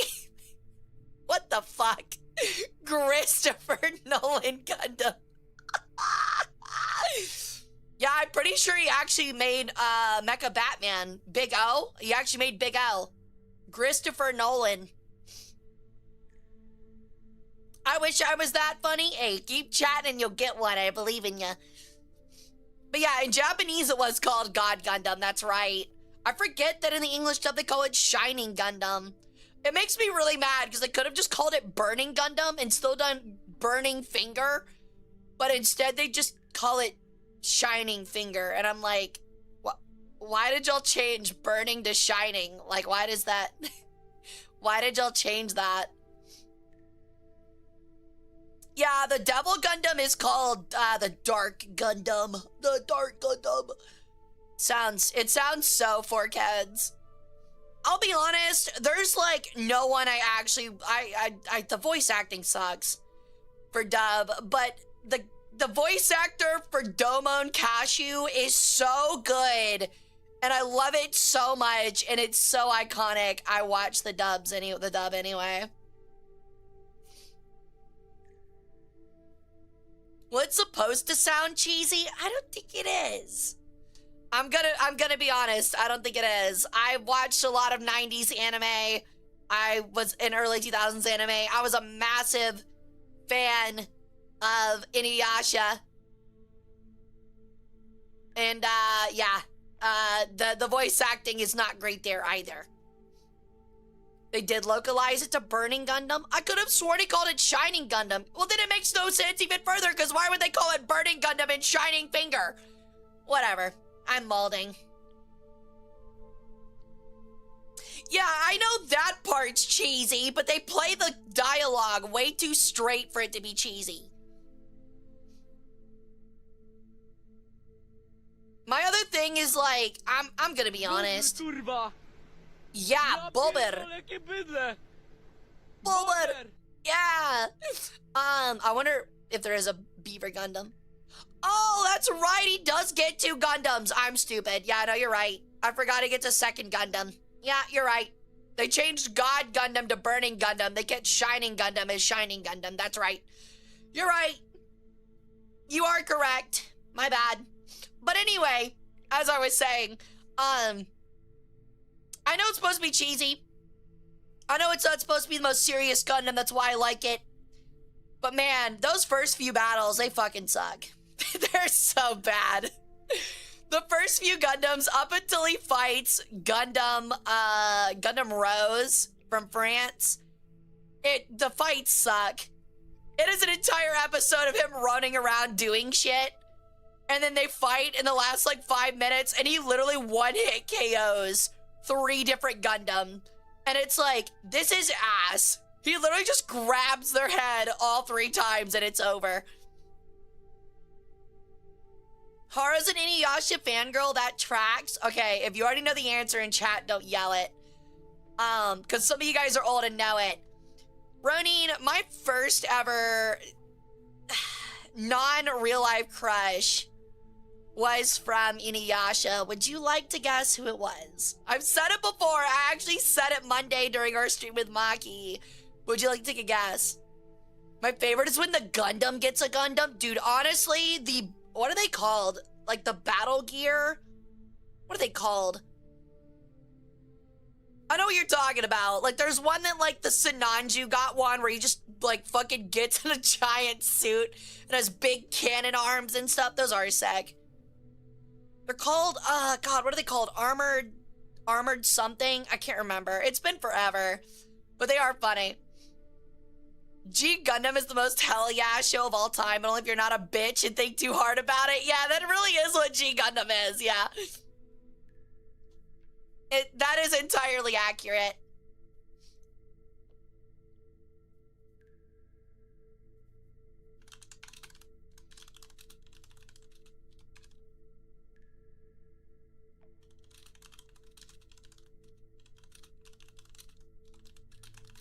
Sorry guys, I'm doing a little bit of business in the background. But that is to say, the Shining Gundam and the Burning Gundam, they just have such peak designs. They really do. The designs for both are so cool.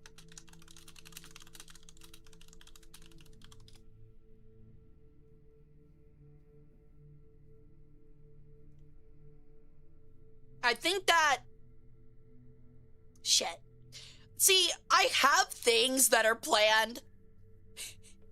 And I can't give it away, but I want to talk about it so bad. Let's just say that there are some things I plan on adding to stream at some point that I am getting from G Gundam that I want to add so bad.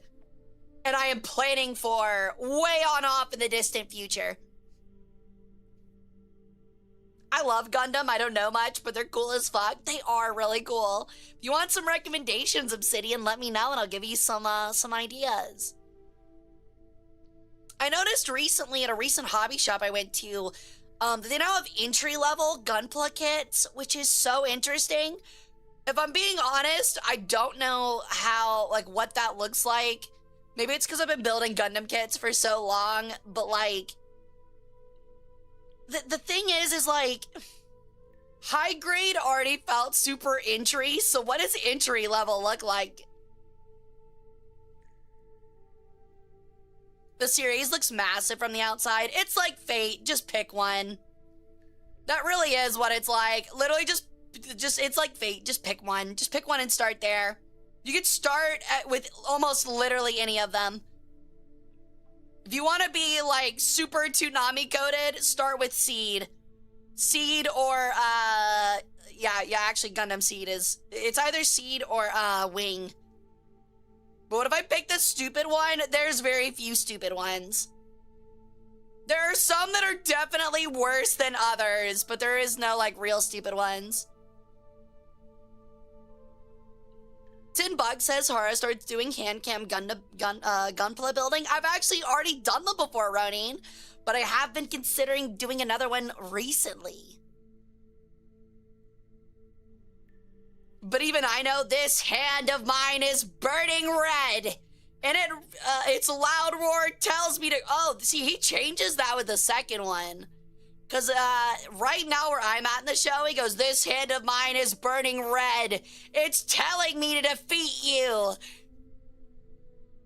So yeah, he definitely changes it up with the second suit.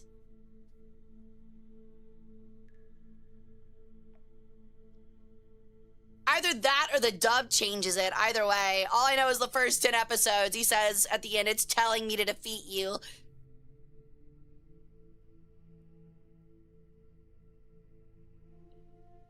My first Gundam was Iron-Blooded Orphans. That is a brutal one to start with. Gundam Iron-Blooded Orphans is the first Gundam series in a long time to kind of punch you in the face with child soldiers bad. And it was kind of needed.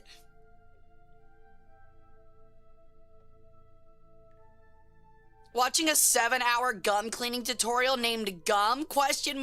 Damn, that's awful. Boo. Boo this guy. Oh, send it to me, Q. I'm all ears.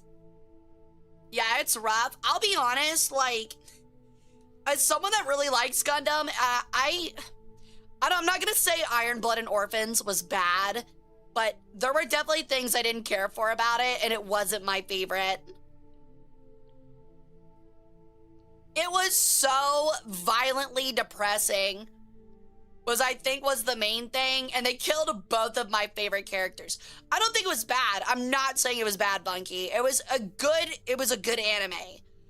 It had things about it that I don't know. It just didn't grip me, and I think it's mainly because two of my favorite characters died.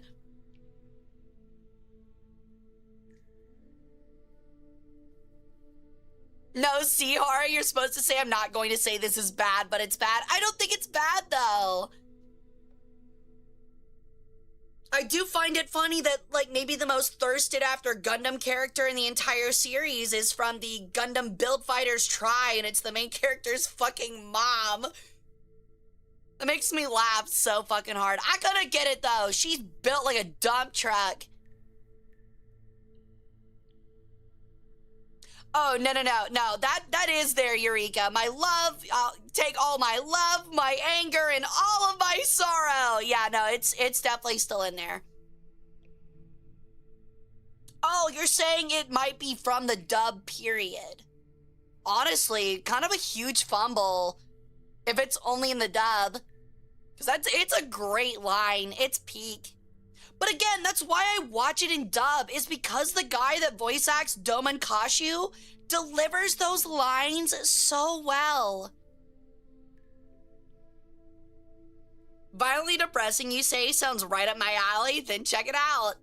It has some amazing fights, I'll tell you that much. And it does away with a lot of anime tropes. Like, Iron-Blooded Orphans doesn't really have that shit where it's like talk no jutsu. It's quite the opposite. The main character very often goes, oh, you're gonna talk at me? I'm just gonna kill you.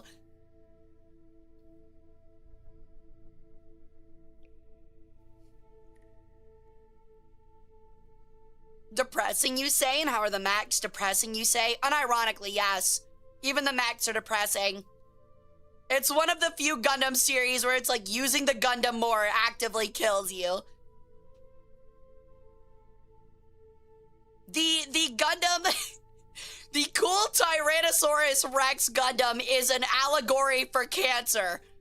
That is not a joke.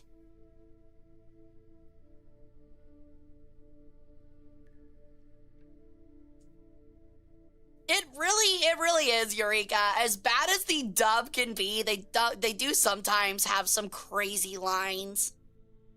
I completely agree with you.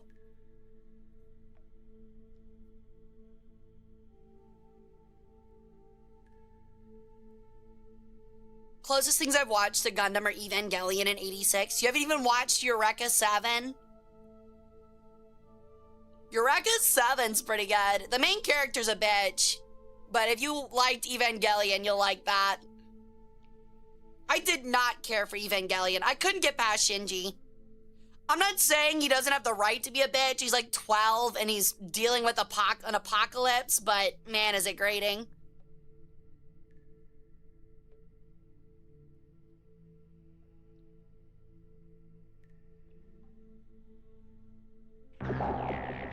Yo, thank you for the follow, Blue Dragon. Welcome into the cult. How you doing?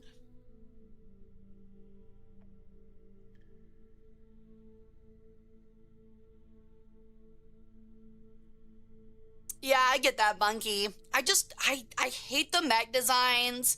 And again, it is so fucking depressing. I don't think I've heard of Blue Gender, Oda-san. If you've ever watched a show, though, and been like, damn, I love race cars and I love mechs, you should totally check out Immortal Grand Prix.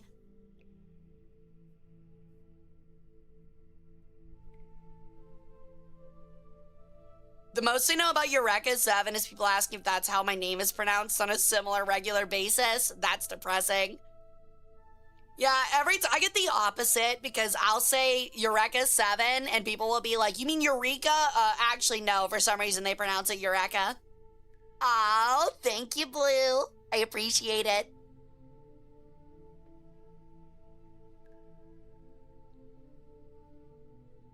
But yeah, little, like, super unknown mecha anime, please check out Immortal Grand Prix. Really, really good. It's a Toonami original. The coolest thing about it is Letty from Fast and Furious is one of the voice actors for the dub. The dub is really good. It has actual production value behind it. It's a fantastic show. Would highly recommend. It is literally, what if mechs fought with their fists and raced at Mach speeds? It's so fucking sick. It's like Speed Racer meets mecha. It's so cool.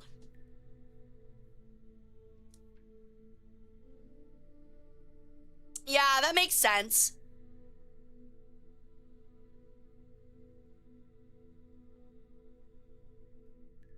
Fully stand as a kid was SD.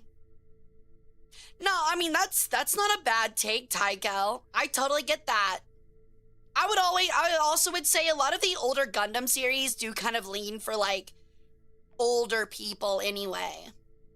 They have very serious themes that are very confusing to younger kids. Like, I wasn't really a big Gundam fan when I was really young. I was a Zoids fan, because Zoids was much easier and was much, like, way more, like, watered down on the messaging. But they don't call Gundam a space opera for nothing. There's a lot of politics to Gundam that I don't think a lot of people realize. Maybe not so for more of the newer series, but the older series especially. It was very political, had a lot of dialogue and stuff like that, so I get it.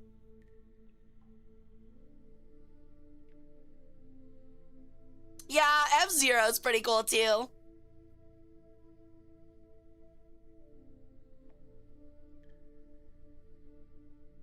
Liger Zero for life. What's your favorite Liger package? Or do you just like base Liger?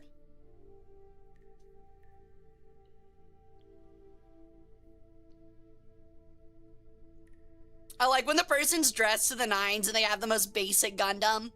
There's a lot of shit to Gundam where it's so unfair, where it's like literally the best ace fighter pilot of our generation, but they've got a slightly upgraded model of the standard army mech and it gets absolutely bodied regular by a child in a Gundam. It's so fucking funny.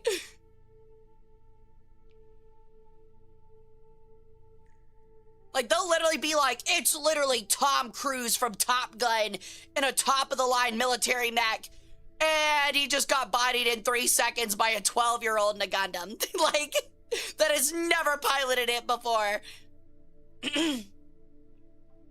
It's so funny.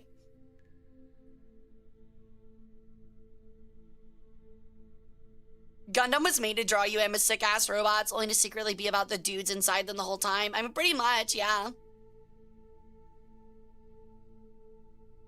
All right. Well, I'm having a lot of fun talking to you guys, but I do think I need to end stream. Not only did I just rip my hair out with my headset, ow. But I can feel my voice going out, and we have 2 more streams coming up after this. I am tired, and I have work tomorrow. So what we're going to do is, I'm going to go ahead and call it. We're going to raid on out. And I will see you guys back here tomorrow. Hopefully I will be streaming. If I'm exhausted, I might just play and hang out for the collab. But I will see you guys at least around this time tomorrow. Okay, guys? We'll find someone to raid out to. Let me see here.